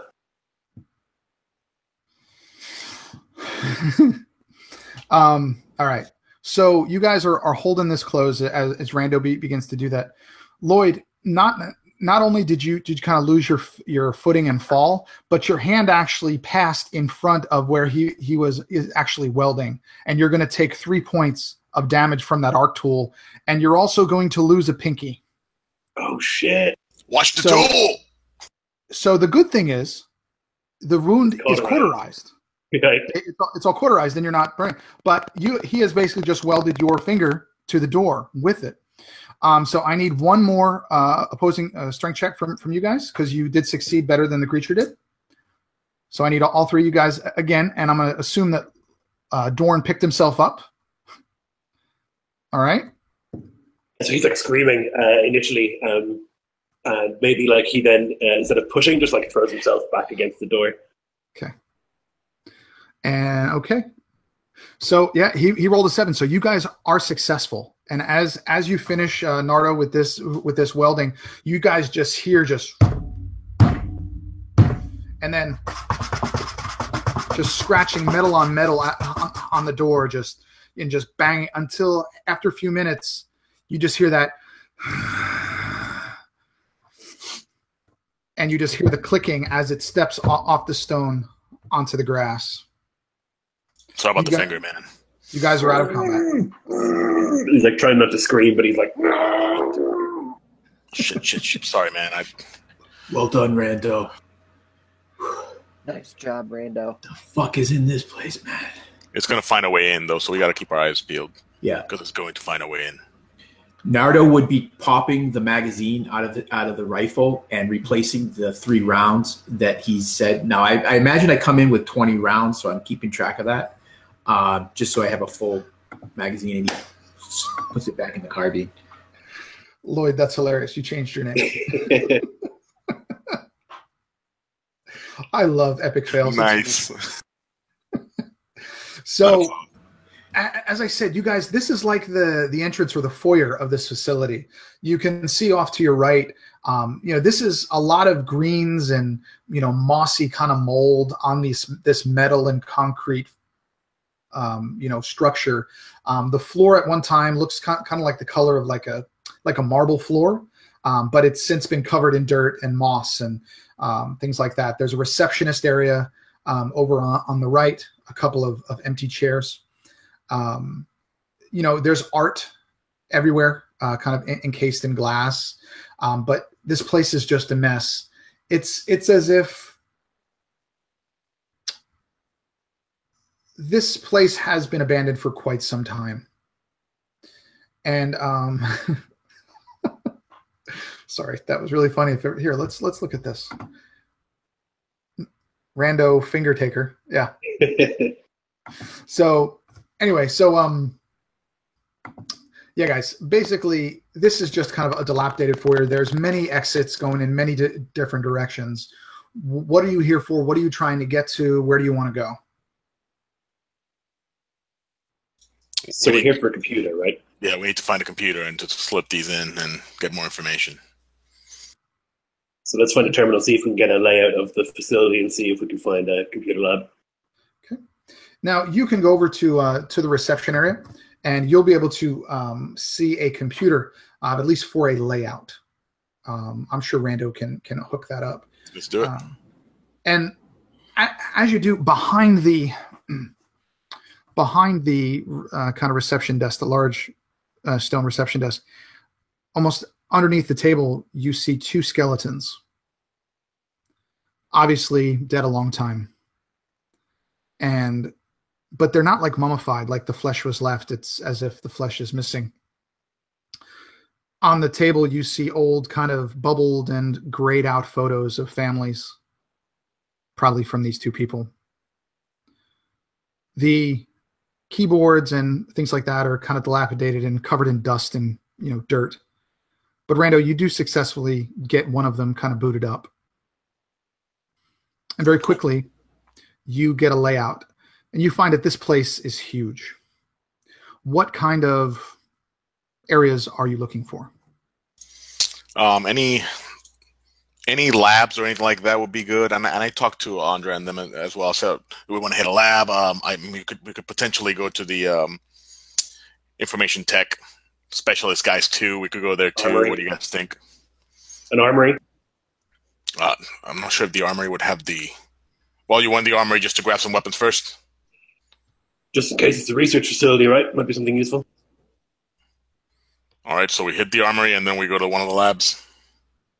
Okay. All right. And I guess seeing the bodies or the skeletons, Doran would kind of weirdly, almost callously, get down and just start looking through, moving bones and stuff aside and looking for anything that might be on them, key cards, things like that might be useful.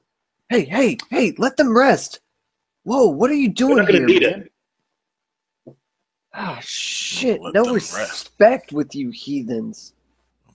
They're not using any of that shit, man. Exactly. Yeah, they're just bodies. Whatever was taken from them is gone. Let's grab these key cards if there's any, and then let's move out. You guys don't find anything on these, what you imagine to be the receptionists. But you're looking for an armory. There's not really an armory. The only thing you can kind of figure is perhaps there might be something of use in the security area, the security barracks. Aren't you guys wondering why these people are dead here? Did they not have a chance to escape? Maybe there's something that's more dangerous here than we know. I don't just want to go running into this facility. These people look like they died instantly. They couldn't escape. Doran pinches the bridge of his nose and he says, by the known orbits, this is your first mission, isn't it? Doran, I I think Andre's onto something, though. What if whatever mechanisms exist to protect the facility that will be applied, should we hit the security office first and drop any security mechanisms that still exist before we hit the armory? Yeah, try to cut the power to this place if there's any auxiliary power left in the backup generator. That would probably drop the computers, though. We can't drop the power. On the doors. They'll drop the computers. Yeah, all right. Correct. Yeah. I don't think power's a good idea, Andra, but I definitely think that checking the security office might be just in case. Because you're right, these bodies were instantly... It looks like they didn't have a chance to move. What do you guys think? But it could have been whatever went years ago, and we can see that there's wildlife here, if you can call it wild or life, that would strip flesh to the bone.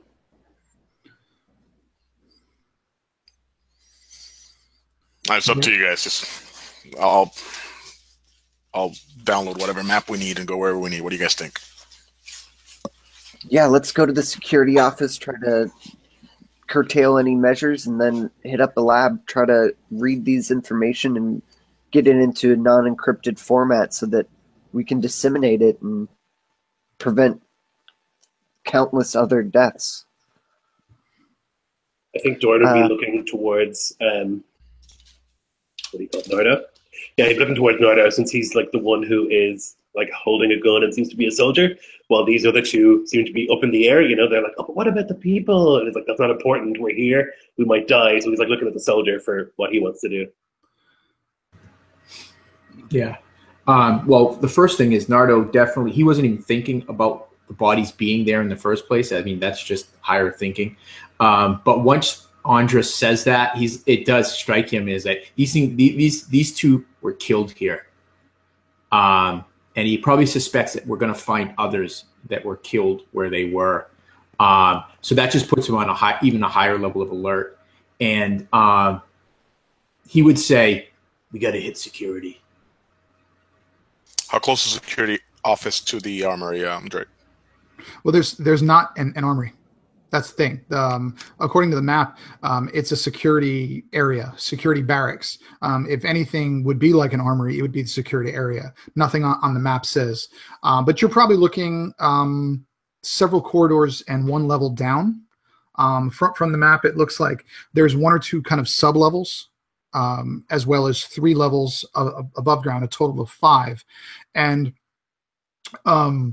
you would need to go, as I said, down one level, and you're probably looking, it's on the other side of the building, but just one level down. So you'd have to traverse some of the facility in order to get there.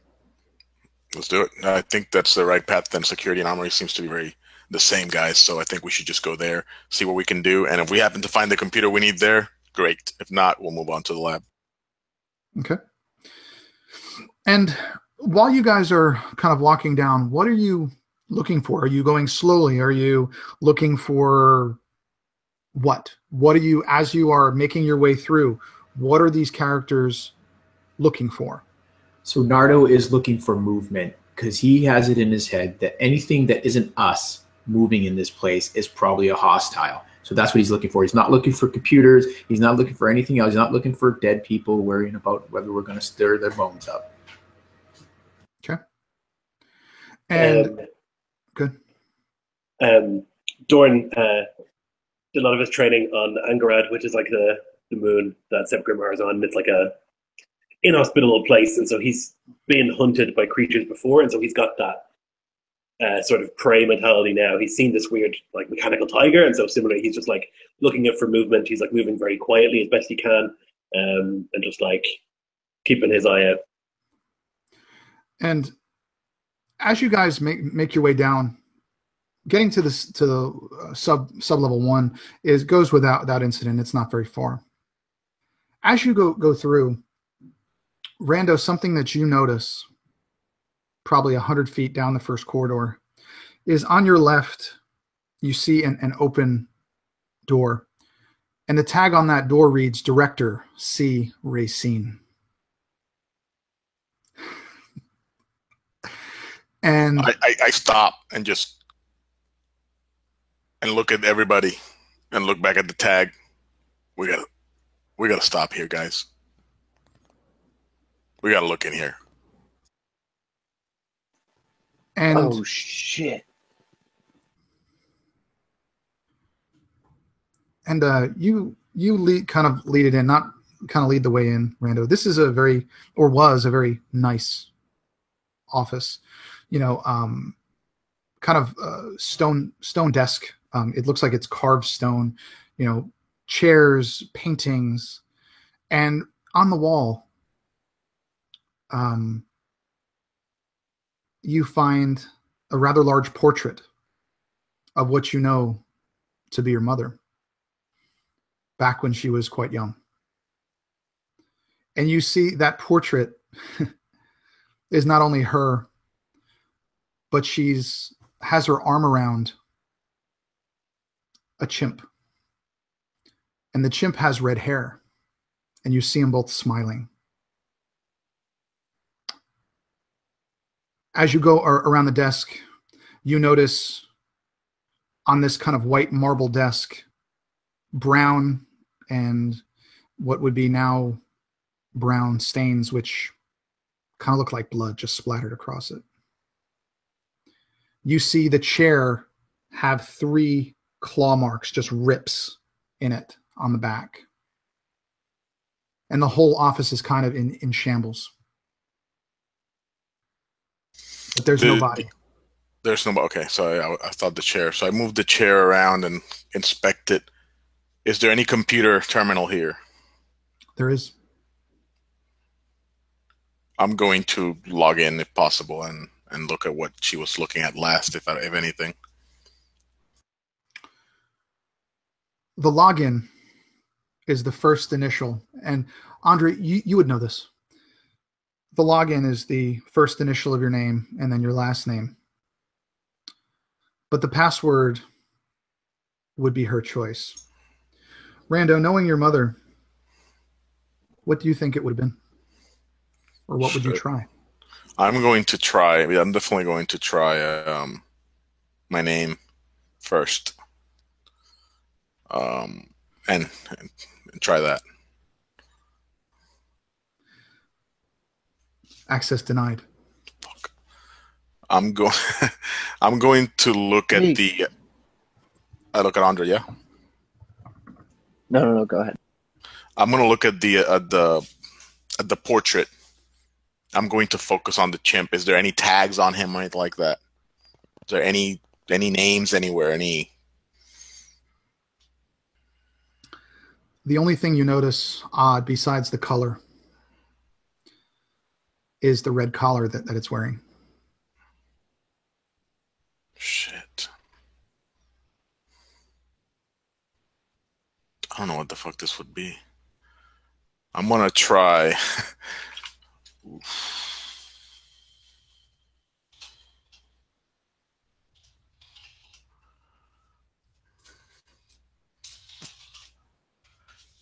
What else can I do here then? Without the password, I'm pretty much SOL. So I'm going to look through her desk. I'm going to rifle through her stuff. You find a few things. You find a journal. And you find a family photo of you, your mother and father, and your brother. As it's been in a drawer, it isn't dilapidated, it isn't worn out. It's perfect. Everything else is just regular office stuff. I turn it over. Do you have anything behind it? One word. Remember.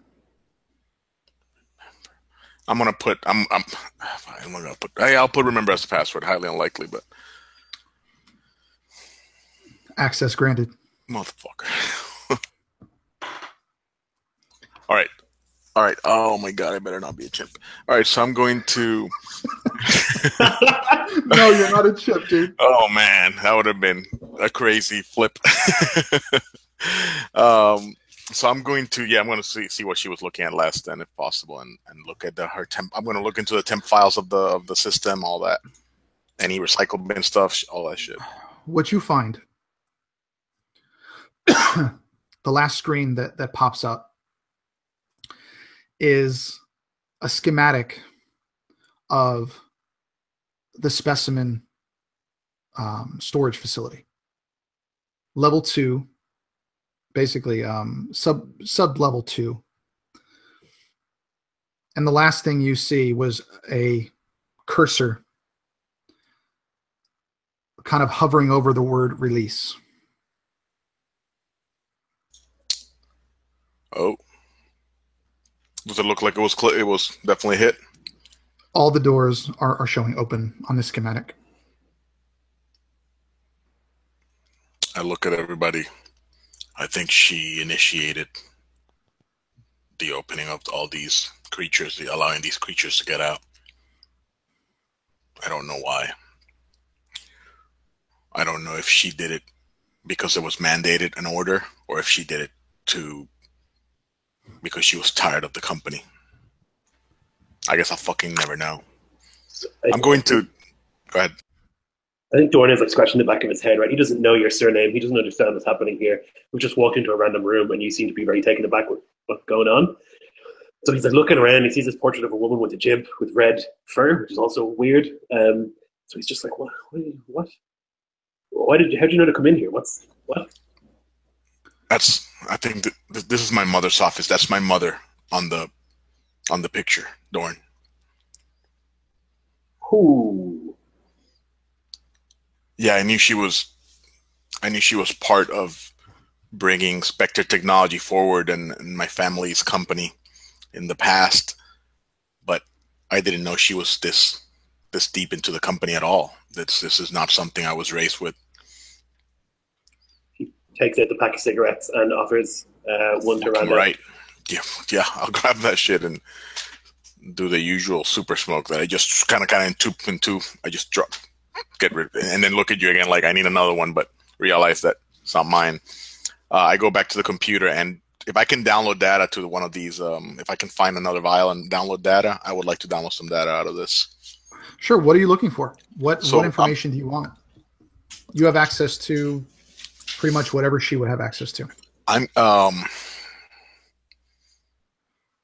interesting. I'm going to grab I'm going to grab personal files first. I definitely want anything to do with my brother, myself, etc., all that stuff, and delete them from the computer once I got them in the vial.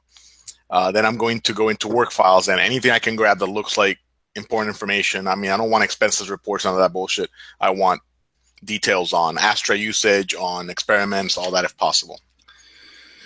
You only have 2 vials near her desk. You couldn't get everything. Something that may interest you, though, is her personal logs. Definitely. Would you want to view them as well, or just yes? Let's go ahead and view them just in case. There are over 200. Jesus Christ. Which would you like? The last one. You see your mother as you remember her the last time that you saw her. She's sitting there next to a very large ape, very similar to what you saw in the facility back on Eris. You see her smiling. You see him smiling. And she says, "The experiment is going so much better than we could have imagined. We really have a chance. It's amazing how much the cognitive abilities of these creatures have increased. We've had a few anomalies, but overall, it's amazing. And soon, very soon, we'll be able to do this for people. We'll be able to save people. We'll be able to give people immortality. And it all started here."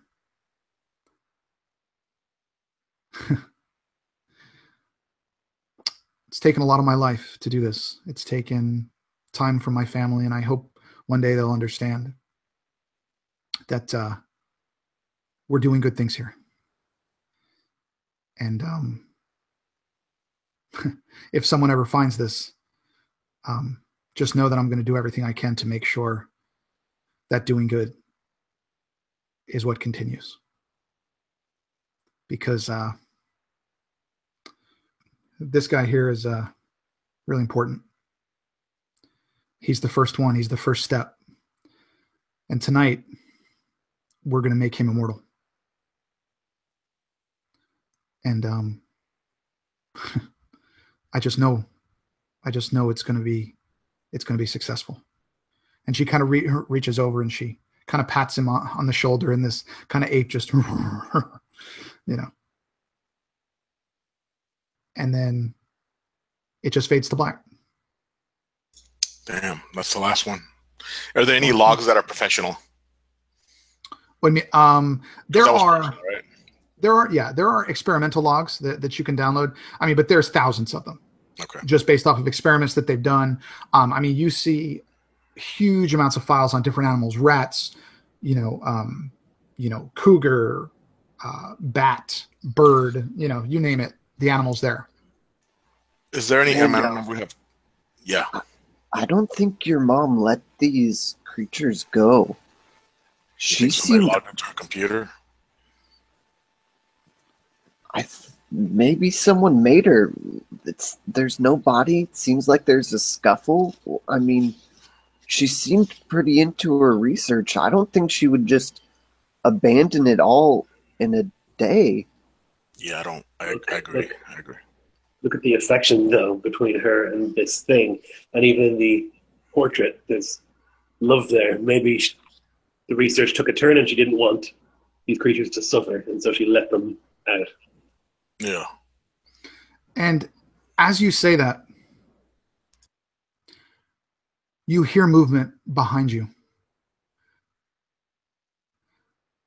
And there's been, on the far wall, you guys did notice this before, kind of behind one of the shelves is a cracked opening. It almost blends in to the wall. And if you weren't looking at it, you wouldn't notice it. But you see apes, 5 or 6, fully grown apes the size that you saw in that specimen lab, walking on all fours, surrounding you, almost silent. And they just stand there and they look. And you can just hear them breathing. All of them are red. All of them, their eyes even glow a little bit red. And all of them are wearing red collars. I'm going to just kind of look at all of them, and are any of the different, or they have any different? One is larger than the other ones in every way. Okay. His hands, his feet, his head, and that's the one that steps forward. Definitely male. It's a silverback, so yes. Down, everyone get down. I'll whisper quietly, and I'll kind of drop to one knee, and I'll put a hand out in submission. Hold off, guys. I'm going to walk forward towards that ape if possible. Okay, and he takes some gingerly, a few skeptical steps forward towards you till you're just a few feet away. I raise my non-metallic hand. Rando, what the fuck are you doing? They're clearly. And Nardo would be backing up to the desk, but he's not doing anything aggressive yet. I just put my hand forward, the non-metallic one, just to see if he grabs it or smells it. He gets very close and he extends his face out. He then grabs your hand and pulls it closer and just... And he looks up and almost stands up straighter. And he almost has a quizzical look on his face. And you hear, Mother.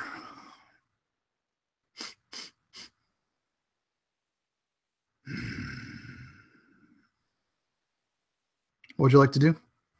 And him saying that causes the other apes that were just standing there motionless. You see them kind of look at each other and kind of, motion and kind of get a little, more dynamic. I'm going to pat him the same way my mother did in the video. I'm gonna go to the side and go like the same way, the same gesture she did, the same number of times she did it. Try to remind him. He sits, just like he did in that video, and a smile comes across his face, and it's almost as if he's purring. And all the other 5 sit as well. I think they're with us for now, but we need to. I look back at the team. Basically, we need to figure out if the vials we have will work on this computer. I slowly grab the vials, making sure to making no sort of movements, and kind of try to give them to Andra. I would start with the one that we know the data, so if it fries, we're not worried about it. The Dagon one. All right, let me see if I can get this information off of here and decrypted so we can share it. And I stay with the animals, and just making sure that they don't. As you try to pass this vial over to Andra, one of the apes in the corner actually snag it. He actually grabs it. Just extends his arm out, and he just kind of holds it to his chest, and he's just doing this, just shaking his head, and he leaves. He leaves out through that opening with it. Oh shit, Rando, we gotta get it. Which one did he take? Just the one or all of them? No, just the one that you were trying to give out. And this one that was sitting there. Not safe. Come. We keep safe. We need to find the computers to check this data out. That's why we're here. Fucking talking gorilla. Do you understand what I'm saying? Mother, keep safe. Come. I look back at the team and say, I think we have to go with them. Lloyd, with all this going on, I mean, you don't really know the background of all this. What are you doing? What are you thinking through your head? You're kind of the odd man out here. Yeah, I think he's trying to process what's going on. Like, he's probably never seen an ape before either, apart from on TV. And so his initial response was like, oh, this is dangerous. But now they're talking, and he's like, this is so dangerous. They're like red and super smart. And so he kind of like he's standing at the back, and he's like very nervous. And just looking at them, and I think like against his better judgment, he just sees dollar signs, just like, this is so valuable. Like the fact that this exists. Uplifted animals, and he's like, that is where the money's at. Like, screw the research, this is worth the money. Okay, so what do you guys want to do? This creature has basically stood up on all fours, as if kind of put his shoulders back, and how apes, they kind of lumber, but this thing is a solid 7 feet tall. This thing is huge, far more powerful than anything you guys have met before. And he kind of puts his large hand on your back, Rando. Come. I go with him, yeah. Okay. Yep. And several of the apes, as you go with them, would the other 3 of you follow as well? Yep. Yeah. So shit. And so the apes kind of go out kind of the way you came. And instead of going back towards the receptionist, they go the other way. And they take you, or kind of lead you out the door, back into the forest, away from this facility. They probably walk you for a good 30 or 40 minutes until you come to this kind of rocky outcropping. And it's a very thin opening that they begin to walk through, kind of a crack in the rock. And this outcropping is probably 50 feet tall. It's sheer. You couldn't climb it or anything. But even some of the apes kind of have to suck it in to squeeze through, as they're, kind of that sound as you're going through. Those of us of the larger persuasion have had to fit through those areas before. Look at Lloyd smiling. And you come upon, as you all kind of make it through, you see what I can only describe as a kind of a tribal village. And there are dozens of these creatures. There are little huts. There are fires. You see several huddled around a fire, which look like they're holding spears made of wood and stone. As you kind of meander through it, all of them stare at you, and they make the, you know, all these kind of ape-like noises. It's like these things have created their own place, their own community. And at your count, there's probably 24 of them, Rando. And all of them stare at you more than anyone else. And I'd think in the back of your head, you would remember you bear a striking resemblance to your mother. And this creature takes you to the largest hut. And he motions for the other apes to go. And they kind of just let you guys be. And he motions for the others come with us or no? Yes. Okay. And he pulls back kind of this leather, or hide kind of curtain. He pulls it back. And he motions for you to come inside.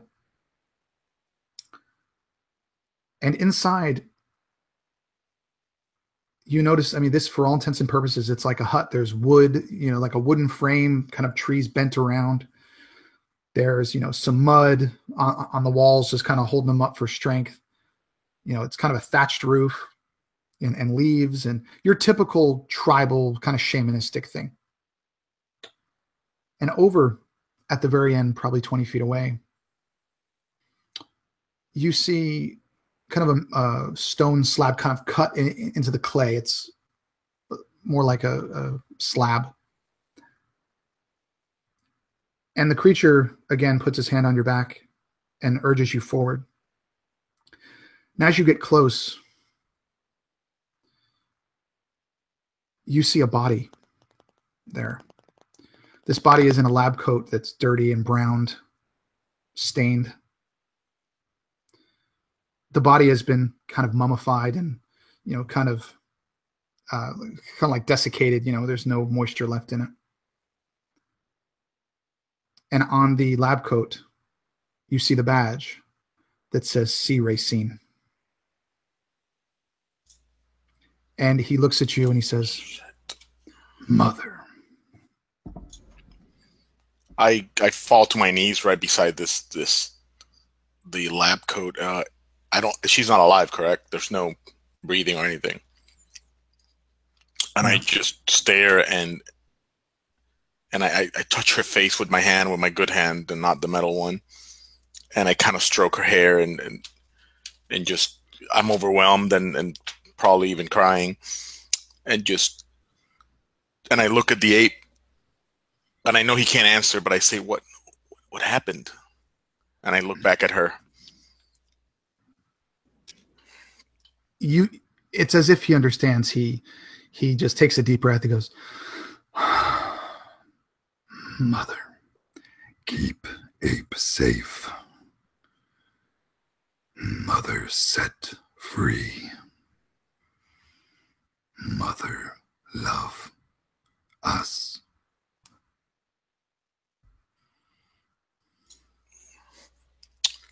And I'm overwhelmed at this point, but I don't. How long have you been here? How long? He shakes his head. He doesn't understand. While you're having this moment, the other three of you hear this. You're not too far away. What are you thinking? What are you doing? With all this going on. What the fuck is going on?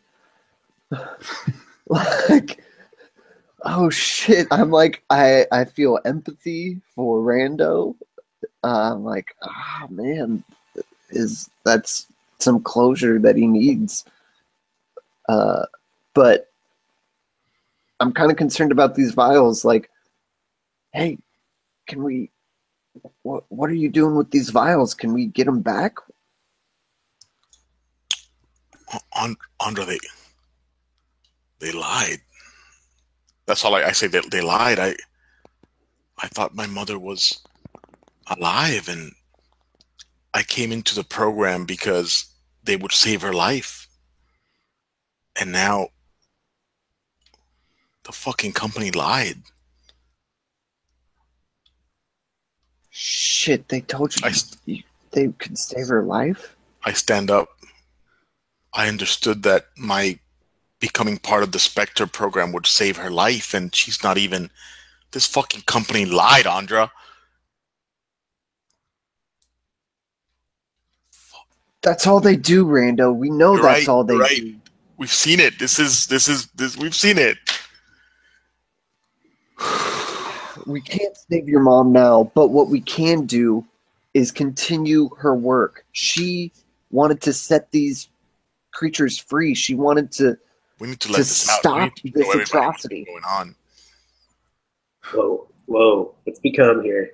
Let's think about this rationally before we tell everyone about this. We could tell someone specifically about it and get rich. We don't need to get rich. Whoa, what That's the not that's not what we're doing here. We need to make sure AIC falls. I don't care about whatever fucking technologies we need. I don't care whatever humanity needs to live. People will fucking survive without this goddamn Spectre bullshit. We need to let people know that AIC is doing this shit. I agree. We do. We do need to let them know.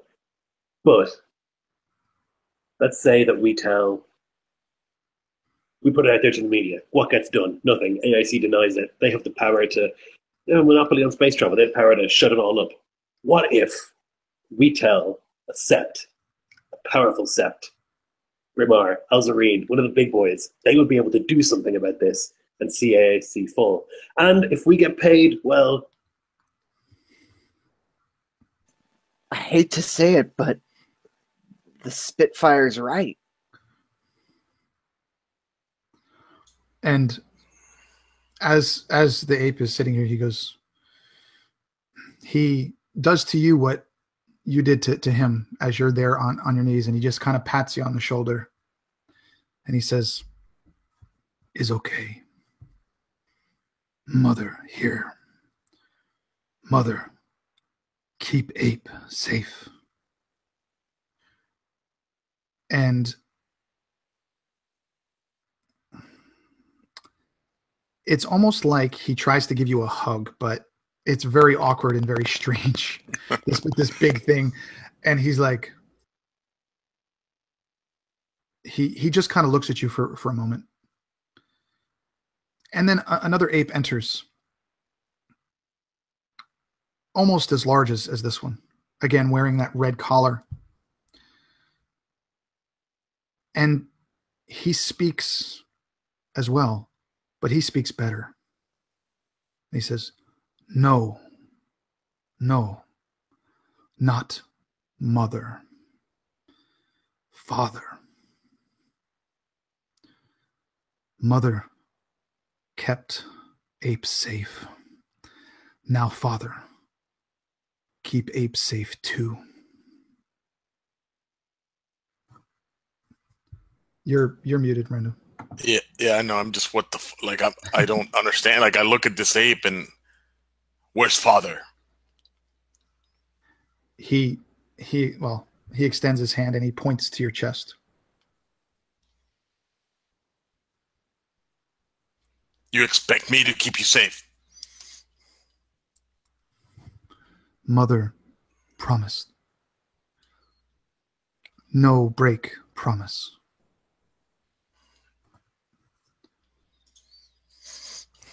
Yeah, I don't plan to do anything to hurt you, for sure. I will definitely keep you safe. And I look at everybody else as in, this is going to happen. He goes into a box to the right near the body, and he pulls out several kind of IV bags of this kind of red mixture, and on all of the bags it says phase 1 experimental serum, red Astra infusion. And you peer over into that box, and there are dozens of these pouches. And he says, Mother, make. Mother, make for us.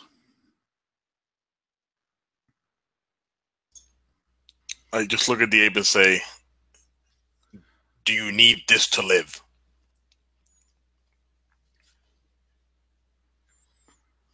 Live. Don't know, live. They probably need it to uplift the newborns. I imagine that it's not genetically certain yet, and so the newborns probably need to be infused to get to the same level that these ones are at. Shit. But do you have any idea how much that infusion could be worth? I'm not interested in that. I'm not interested in money. That's not something that I currently at the moment care about. I'm not saying we won't need it in the long run. If we're going to fight a company like AIC, we're going to need money, yes. But we're not going to get this money by selling this and making it worse. Who knows what can be done with this? Not just apes, but people and just experiments that lead to things like this. Imagine this facility with people. That's where we came from. This facility with people has happened. I have been there. I know, me too. We don't want that. Is that what you want? You want AIC to just eventually take over everybody? Control everybody's minds through this serum? They already do. If it's not AIC, then it's Sept Alzarine or one of the other Septs. We're little tiny minuscule fish in a pond filled with gigantic leviathans. What can we do? Except maybe try and make a quick buck off it. Nardo's heard enough. He just turns at Dorn and says, that's the problem. It's fucking money. Money created this friggin' problem. All you want, you're just gonna make it worse. Rando, your mother, she seems like she is a great woman. Seems like she got trapped up in this shit just like the rest of us. And then he kind of pauses and he looks back at Dorn, then back at Rando, and he says, I'm going to do whatever you think we need to do. I don't know what to do, Nardo. I'll be honest. I look at Andra as well. I don't know what the next step is. What the fuck do we do? Do we just keep this shit here? Do we... Fuck. This is... And the ape that came in later says... Need sleep. Come. All sleep. Better with sleep. And he kind of leads you out. And by this point, guys, it's probably late afternoon. It's starting to get dark. And he leads you out again through this kind of tribal hut, but it amazes all of you that these creatures, these animals, could have created what's here. And the kind of skin is pulled back on another hut. And Rando, when you go in first, there's a terminal there. There's a computer there. On it is etched property of AIC Inc. There are piles of books, piles of journals, and something that you remember from your childhood. Something that, when you see it, brings you back to when you were just a small child. That you had this box. And it was almost like a music box, but it wasn't like a ballerina. But you opened it and it played a familiar lullaby. And when you were a child, it always lulled you to sleep. And that is sitting right next to the keyboard. But like I said, it looks like it's just filled with personal items from your mother. Everything.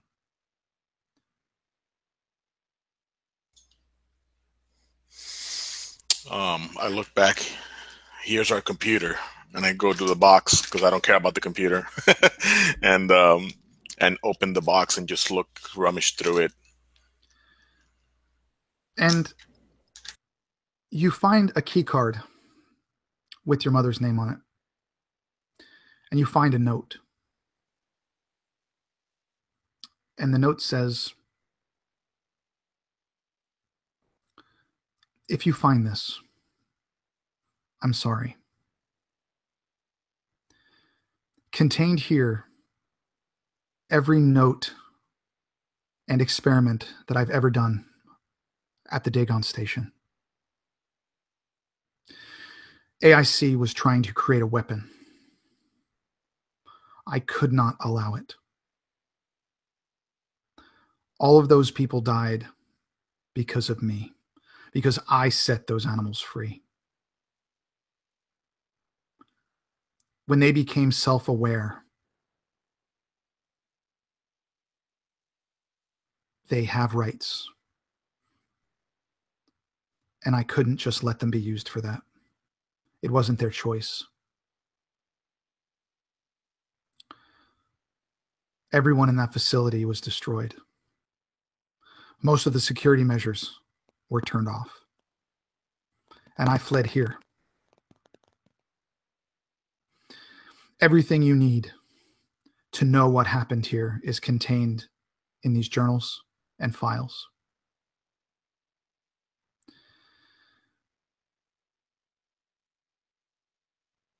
I locked down one vessel before this happened, made sure that no one could take it. My card is the only one that can access this vehicle. It will get you off-world.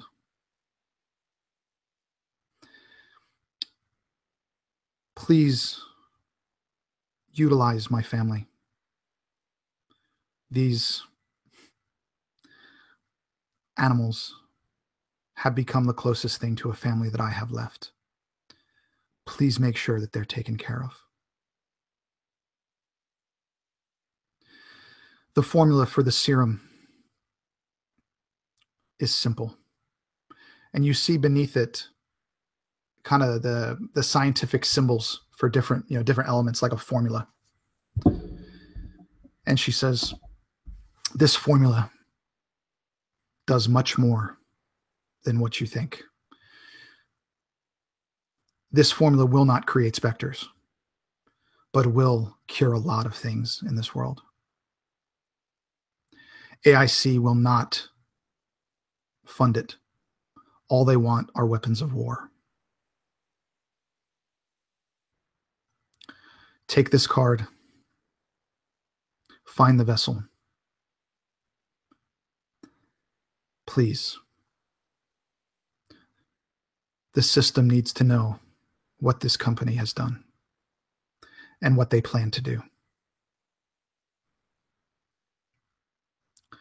And he said, and then the very final thing is, again, I am truly sorry for what I've done. C. Racine. I'm going to I'm going to say the note out loud before it talks about any formula, and stop there. And then I'm going to say there's some other information as well that I believe will potentially, and I look at Andra, help you. Maybe we can save your father, right? Maybe we can save your father. I think the information here will let us. I don't understand enough of it, but maybe we can save those people that are trapped in the Spectre. I'm not sure if we can bring them back to a body. I'm not sure how that will work, if their bodies are even exist. But I believe that my mother found something that allows to be healed as opposed to be turned into specters. By what authority did your mother decide to kill everyone in this station? How is that better than letting the apes be used? Well, I think she gave the animals a choice. But she didn't give the people who worked here a choice. The people had a choice. They were here. They knew what She they were took doing. any choice away from them. She didn't tell anyone or warn anyone. She unleashed these animals, and now they're all dead. How does that make her the good person in this story? Nobody says she's a good person. She made a decision, and I think it was the right one. How are we supposed to honor this person's wishes when she's a mass murderer? I don't She's think my not the mother's a mass murderer. The Yeah, The AIC. company is. AIC is the mass murderers. And The we animals need to were let stop them. loose. If The animals were let 75 people loose. is dead. Everyone is dead here, and it's by the actions of these apes who are with and your mother. How does that make them innocent and the people who worked here guilty? We don't know that the apes killed them. It could have been that tiger creature. These apes Right. created a civilization. Sure, maybe it was a tiger creature, but who let the tiger creature out? This woman whose wishes we're now going to try and see come true? Why? She acted in exactly the way that AIC would act to eliminate any evidence of what happened here. She killed everybody else through her actions directly. She gathered the evidence we need. We have it. Finally, she left a ship. This woman was definitely no saint. No offense, Rando, but none of us are. I don't think it's a. I don't see it as a problem. I don't think whatever she did, whatever she had to do to make sure that this gets out. This is rose-tinted glasses in the most dramatic fashion I've ever seen. With that rationale, you can say that AIC did what it had to do to ensure that these apes became uplifted. You can say that Sept Al-Zarina did what it What had did to AIC do. do it for? AIC did it for the same reason you want, for money. What did your mother do it Power. for? To show the truth. To show the truth of what AIC is doing. They're doing it for money, just like you. You're just a merc. Dozens, if not hundreds You of have people no are value. dead. Your soul has no value. Look, Dorn, Rando, chill out. You guys know. Dorn, I think you, more than anyone else here, knows the pain that can be caused by injection serums. And you, more than anyone else, should be helping to try and stop this. I value human life over animal life. I value the people who intelligent worked here. life.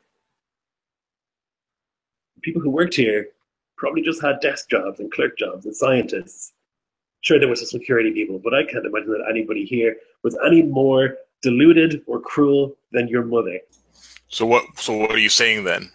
That you want to kill all these apes then? Is that the justice No. system you plan to apply? What do you want to do? All to kill the apes? That's What ridiculous. are you saying? Well, we're I'm gonna saying we're gonna that- put him to a trial. Is that what we're gonna do? We're gonna take him in front of a judge and say, "Hey, That is not what I'm suggesting. What I'm suggesting is that we have stumbled upon something here that is important. And the way that we disseminate this information could get us killed, or it could set us up for the rest of our lives. It could destroy AAC, or it could make them more powerful than ever. We have to be very careful what we're doing here. What I'm saying is we should not go and become anarchistic freedom fighters because some woman, a murderer, suggested that we should go and take down AIC. What we should do is think carefully about how we disseminate the information. we should take down AIC regardless of what my mother did." Let's make that clear. It doesn't matter what she did or not. We should take down AIC regardless. You know what they can do. You've seen what they can do. We've seen what they can do. And I look at Andra and Nardo for support. It doesn't matter whatever my mother did, whether it was right or wrong. That's past. Today we have to make a decision on what we do with that information. On that, I agree with you. I'm not saying we become freedom fighters, but I am saying that whatever we do, my goal is to take down AIC. Not just to set myself up for life. Well, we can do both. Nardo, with these two bickering back and forth, what is your take on all this? So he's just been listening to it, And he's probably been waiting for that moment when he could say something. And he looks at Dorn, and when Rando looks for support, he says, "You weren't there. You weren't fucking there. I was there. I saw what they do, AIC. Yeah, Rando's mother, she killed the people here. I don't know if she meant to do that, but it happened. AIC, they've killed thousands, tens of thousands, all for money. All I'm hearing from you is glint. That's all you see. You talk about human lives. You don't give a shit about human lives. You're just thinking how you can make glint off this. And all you do, you'd be no better than AIC. Fuck yeah, we're gonna take these fuckers down. I ain't no fucking freedom fighter, but I got a daughter. I saw what they were gonna do to her. Ain't no fucking way AIC is gonna do that again." And as he's saying that, it's like literally like spit. It's coming from him. He's like unglued. And I'll be damned if you're gonna let us stop us from doing that. And you would hear this as his weapon powers up. And it's like that little spark. It is not my intention to stop you from taking down AAC. That is my hope also. I don't think it's right that anyone should have a monopoly on anything. And sure, they have human rights violations like every sept and every corp in the known orbits. But there's a lot of sentimentality attached to this town of apes. There's a lot of sentimentality attached to this lovely note that the mother left her son. I don't think you're understanding the point. I don't know why you keep bringing up the apes and the mother. That has nothing to do with it. That is just what happened to reach to this point. The information is here. Whether it was gathered wrongly or correctly. It doesn't fucking matter now. We fucking have it. This serum of these apes is incredibly valuable and important information.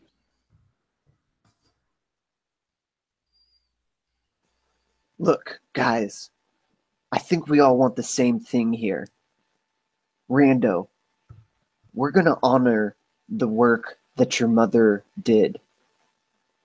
Dorn, you're absolutely right. We're going to need you to help us get this information to people who matter, people in power. The only thing we know is the company, and we've lost all of our connections. But you said you know a Sept Grimmar who may be able to help us? Yes.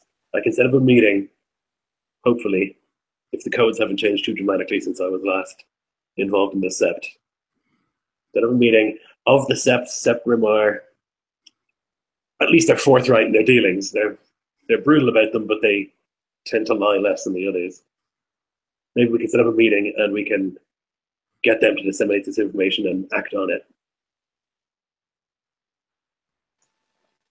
Okay, that may be our best shot.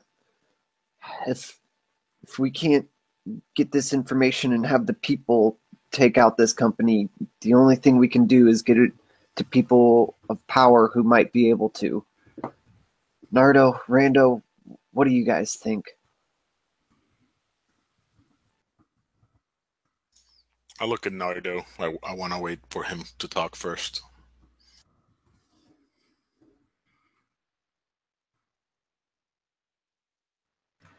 I think we got to get this information out there. That'll agree. But not into the hands, not to that Sept. They're mercenaries. They sell themselves to the highest bidder. We got to get this out. People got to know. They're going to make a choice. Get it out to who? Just out there? What does that mean? That's when Nardo has that, blank look on his face, like, I don't have the fucking answer, man. I don't know. I don't know who I have to get it to. We need actionable steps that we can take, things that we can do that will end in results. Wishy-washy, get it out there, tell the people. What does that mean? Nothing. It doesn't mean anything. So Narda wouldn't say this, but I just out of character. So the resistance maybe. I don't know, to Andra and Rando. That's what I was going to say next, actually. So Rando kind of just looks at Dorn and Nardo and thinks about this. I don't think a sept is the way to go either. I think I agree with Nardo. I think we need to weigh exactly what we're trying to accomplish. I think a sept is going to use the information for themselves, for glint, like you say, Nardo. I think if we're going to do this, we need to think it right. We need to... I'm not sure even if this is worth saying, but we need to potentially get it to those that fight AIC as well. But we need to wager. We need to make sure that we are doing it right. And I think this resistance that everybody speaks of, while it might not be the first right step, is worth looking into. Let me just explain something to you. So, Spectres is how we are able to pilot ships. Yes, it's essential to space travel. This is the most valuable technology in the galaxy, no question, the most valuable thing that exists. The septs, without fail, every single one of them are trying and failing to come up with this technology. They are all the time battling to get there and figure it out. AIC has been a thorn in their sides forever. So what if we give it secretly to all of the septs? There'll be no more monopoly, and we can get paid 7 times. So then you're saying that the septs are going to do the same thing. They're going to create specters of their own against their will, and then it will be just a war of people that have specter technology, killing other people for the sake of it. It will be the same thing, except 5 groups will be doing it instead of 1. Yeah. How does that change it? It's the same shit. People will still be subjugated. People will still be used for specter technology. I don't care we fucking go to the Dark Ages. I don't fucking care. If we have to put this out and nobody has flight travel, FTL travel for the next 100,000 years, who gives a shit? We're not killing people to do it. Do you understand? Rando, do you think for 1 second that there is any outcome that exists where we tell anyone about this and people are not taken against their will to be specters? Do you think that's even possible remotely? No, no question. The technology exists in this fashion. It's always going to be this way. There is nothing that we can do to change that. We are 4 people against every sept in the world at every court. What we can do is disseminate it enough that there is competition at least between them. And what we can do is get rich. No, people have a right to know where these specters come from. We didn't always have specter technology. We could travel, albeit a lot slower, between planets. We can figure out some other way. Idealistic nonsense. Figure out some other way. Who's going to do that? You? Me? No. We're not going to do it. The septs are going to do it. AIC is going to do it. Exactly. They're going to do it not with specter technology. They're going to find a way to do it with Astra and normal technology, not using people, not turning people into fake machines that have to control, and they have control over it. We can't do that. We're going to let this information go out. Everybody, I don't know. There's 3 of you and 1 of me. It's your decision. But I think you're dreaming. I think the only option is to destroy all the information here and go destroy the information AIC has by pushing out the things that they are doing wrong and destroy their credibility until we eventually find a way to destroy everything they own. And with that, the evening goes on, and all of you are able to rest a bit. The next morning, those 2 apes that spoke very early, almost at dawn, come in. And they sit down next to you, Rando. And he pats you on the shoulder again. That seems to be their greeting. And he says, friends, good. Father, stay. Friends, go.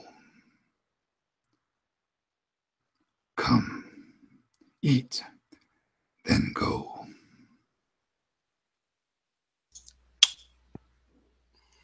Right. So I'm gonna give all the data to Andro. I'm gonna give the box. I'm gonna give everything to Andro, and I'm gonna bring Nardo in too and tell Dorn to stay fucking away. And I'm gonna get these two together and say, this is the information. I think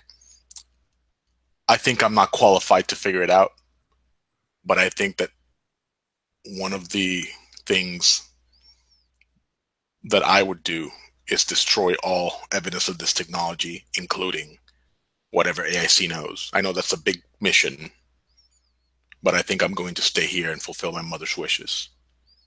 Anybody that comes here to try to take anything from us, we're going to kill them all. Except you, of course. But so make sure that nobody comes back for us or anything. I think I'm going to take this ship with them and go somewhere else. And nobody will fucking find us. That'd be very nice, except I think we need the ship, Rando, so that we can... Isn't Captain whatever his name is going to pick you up at some point? He's not going to leave Dorn here, right? I think he left Dorn here. Yeah, he's not coming back, right? Yeah. Well then, all right. So I'll drop you off.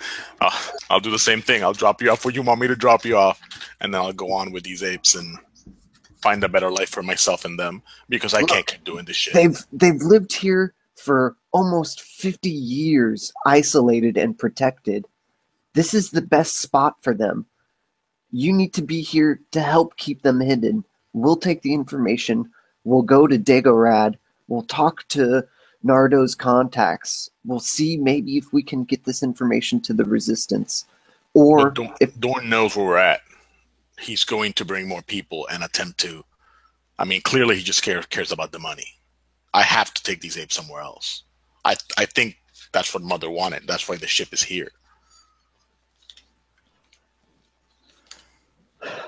Okay, well, if the ship can handle all of us and the apes are willing to leave, that's fine. Just, you got to be careful out there. AIC, I don't know, they've got far-reaching tentacles.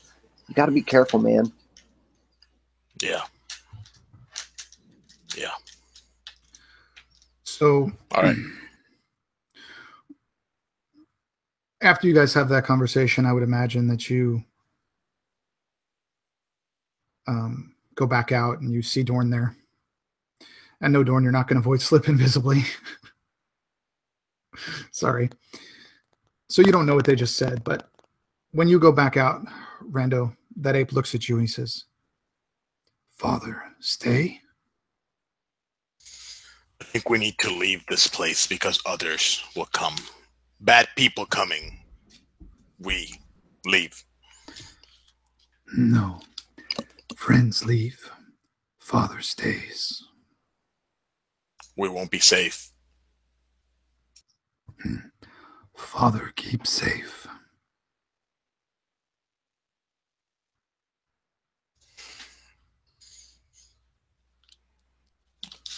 You know you have to stay here. Seems like my decision has been made for me. Take the ship. Take the info. Do what you have to do. With that, you can certainly fill up a couple packs and maybe take some of the serum or a couple of lore vials that are there, but you can't take but a 20th of the information that's in this hut with you. It's just impossible to carry that much. On the back of that note that Rando read is a makeshift map showing you where this vessel is. So in the final moments here, what would you guys say to each other? Rando, what would you say to them? Basically, everybody as we split the party. I think I'm really glad that I'm really glad we met, even though it was through the shitty circumstances. I'm really glad, Andra, that you found out the truth of who you worked for. Nardo, I'm glad I met you, man. You definitely have a heart of gold. Keep at it, man. Keep at it. Make sure you punch him in the face and let him know what's going on. Fuck these people. And I look at Dorn. You need to stop thinking about money. It's just not worth it. You can't eat it. It's just not worth it. You can't make yourself be better. It's just not worth it, man. Good luck out there. And would any of you guys respond? I would say that you have a good heart, Rando, and you're kind. And even though we disagreed, I can see there's something good in there. I just hope that doesn't get you killed. Yeah. Nardo would kind of lean in on one of those bro hugs, and he would just whisper in your ear. He'd be like, "Good luck, man. I'm going to do everything I can to make sure that no one finds out about this place so that you stay safe." And then he would kind of step back and he'd do one of those punch to his shoulders. Yeah. Walk away. You know, it's like he's going to cry, but like it's not manly to cry. So he kind of like turns around, wipes his eye. Nice. And Andra.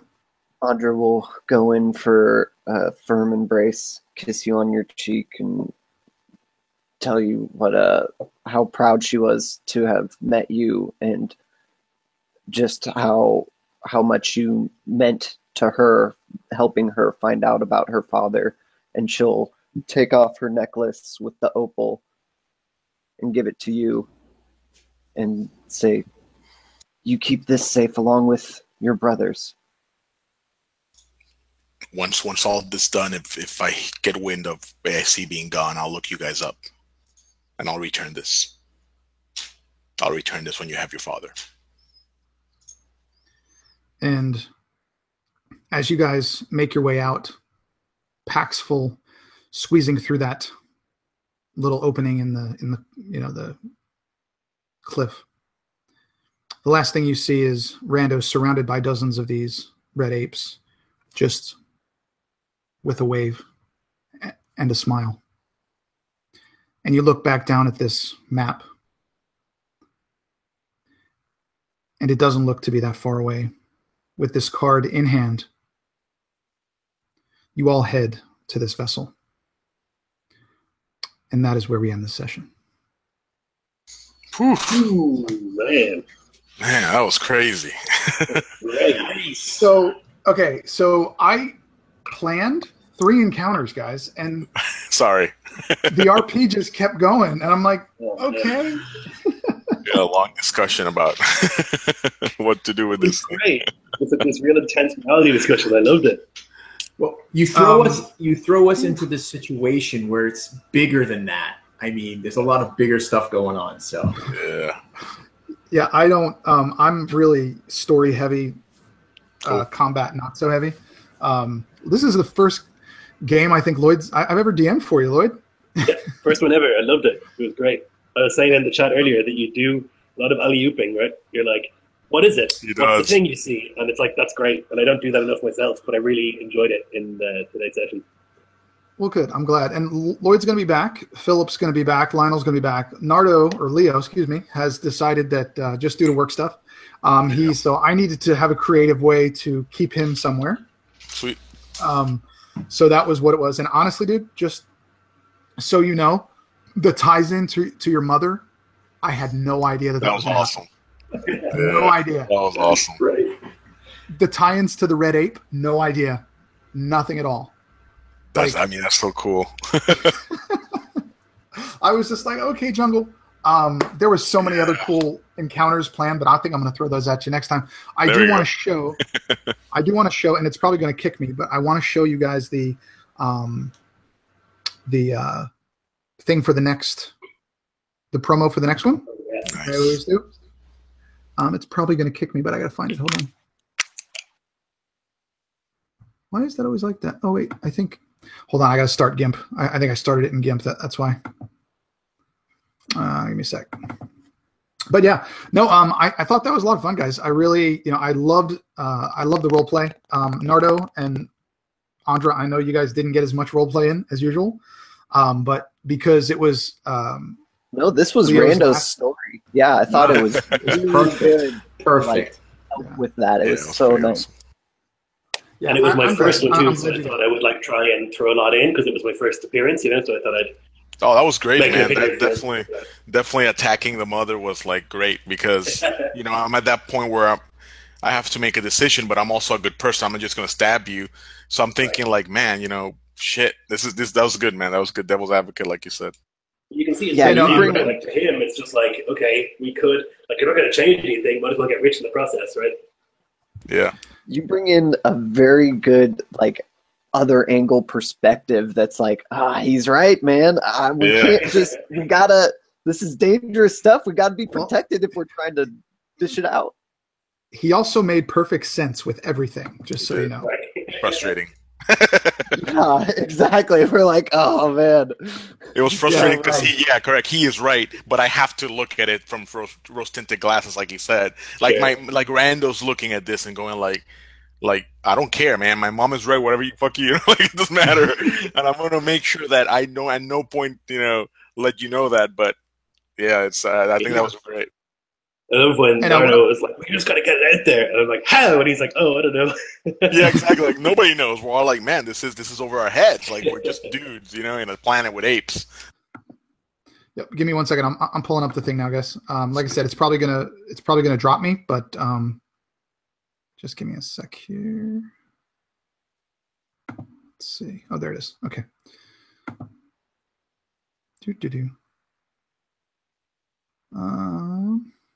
So you got so much stuff to unpack. All right. So like I said, I'm going to come right back in if I get booted, but I just wanted you guys to see. Okay. Just let me know when it shows. Oh shit. Yep. Okay. So just the next one, volume 4 is going to be Relic. So nice. I can't wait to watch it, man. I'm going to watch it live if possible. It'll be great. Well, and like I said, man, I know, no characters in this game, okay, are going to be killed unless they get killed in the game. Anybody who stays in for a few sessions, I'm always going to put them in a spot where they can come back. The doctor can come back. You can come back at some point. I don't like killing off characters. I would rather add to the story. And I think the tangent that we went on with this is just great. So I'm going to stop the broadcast now, guys, but we're going to stick around for a minute. So everybody who watched, thank you, or who's watching now. If you like it, subscribe to the channel, give me a thumbs up, and put a comment in the thing. I'd appreciate it. So thank you, Lloyd. Thank you, Lionel. Thank you, Philip. And Leo, thank you very much. And you're going to be missed, buddy. Yeah, man. It's a good game.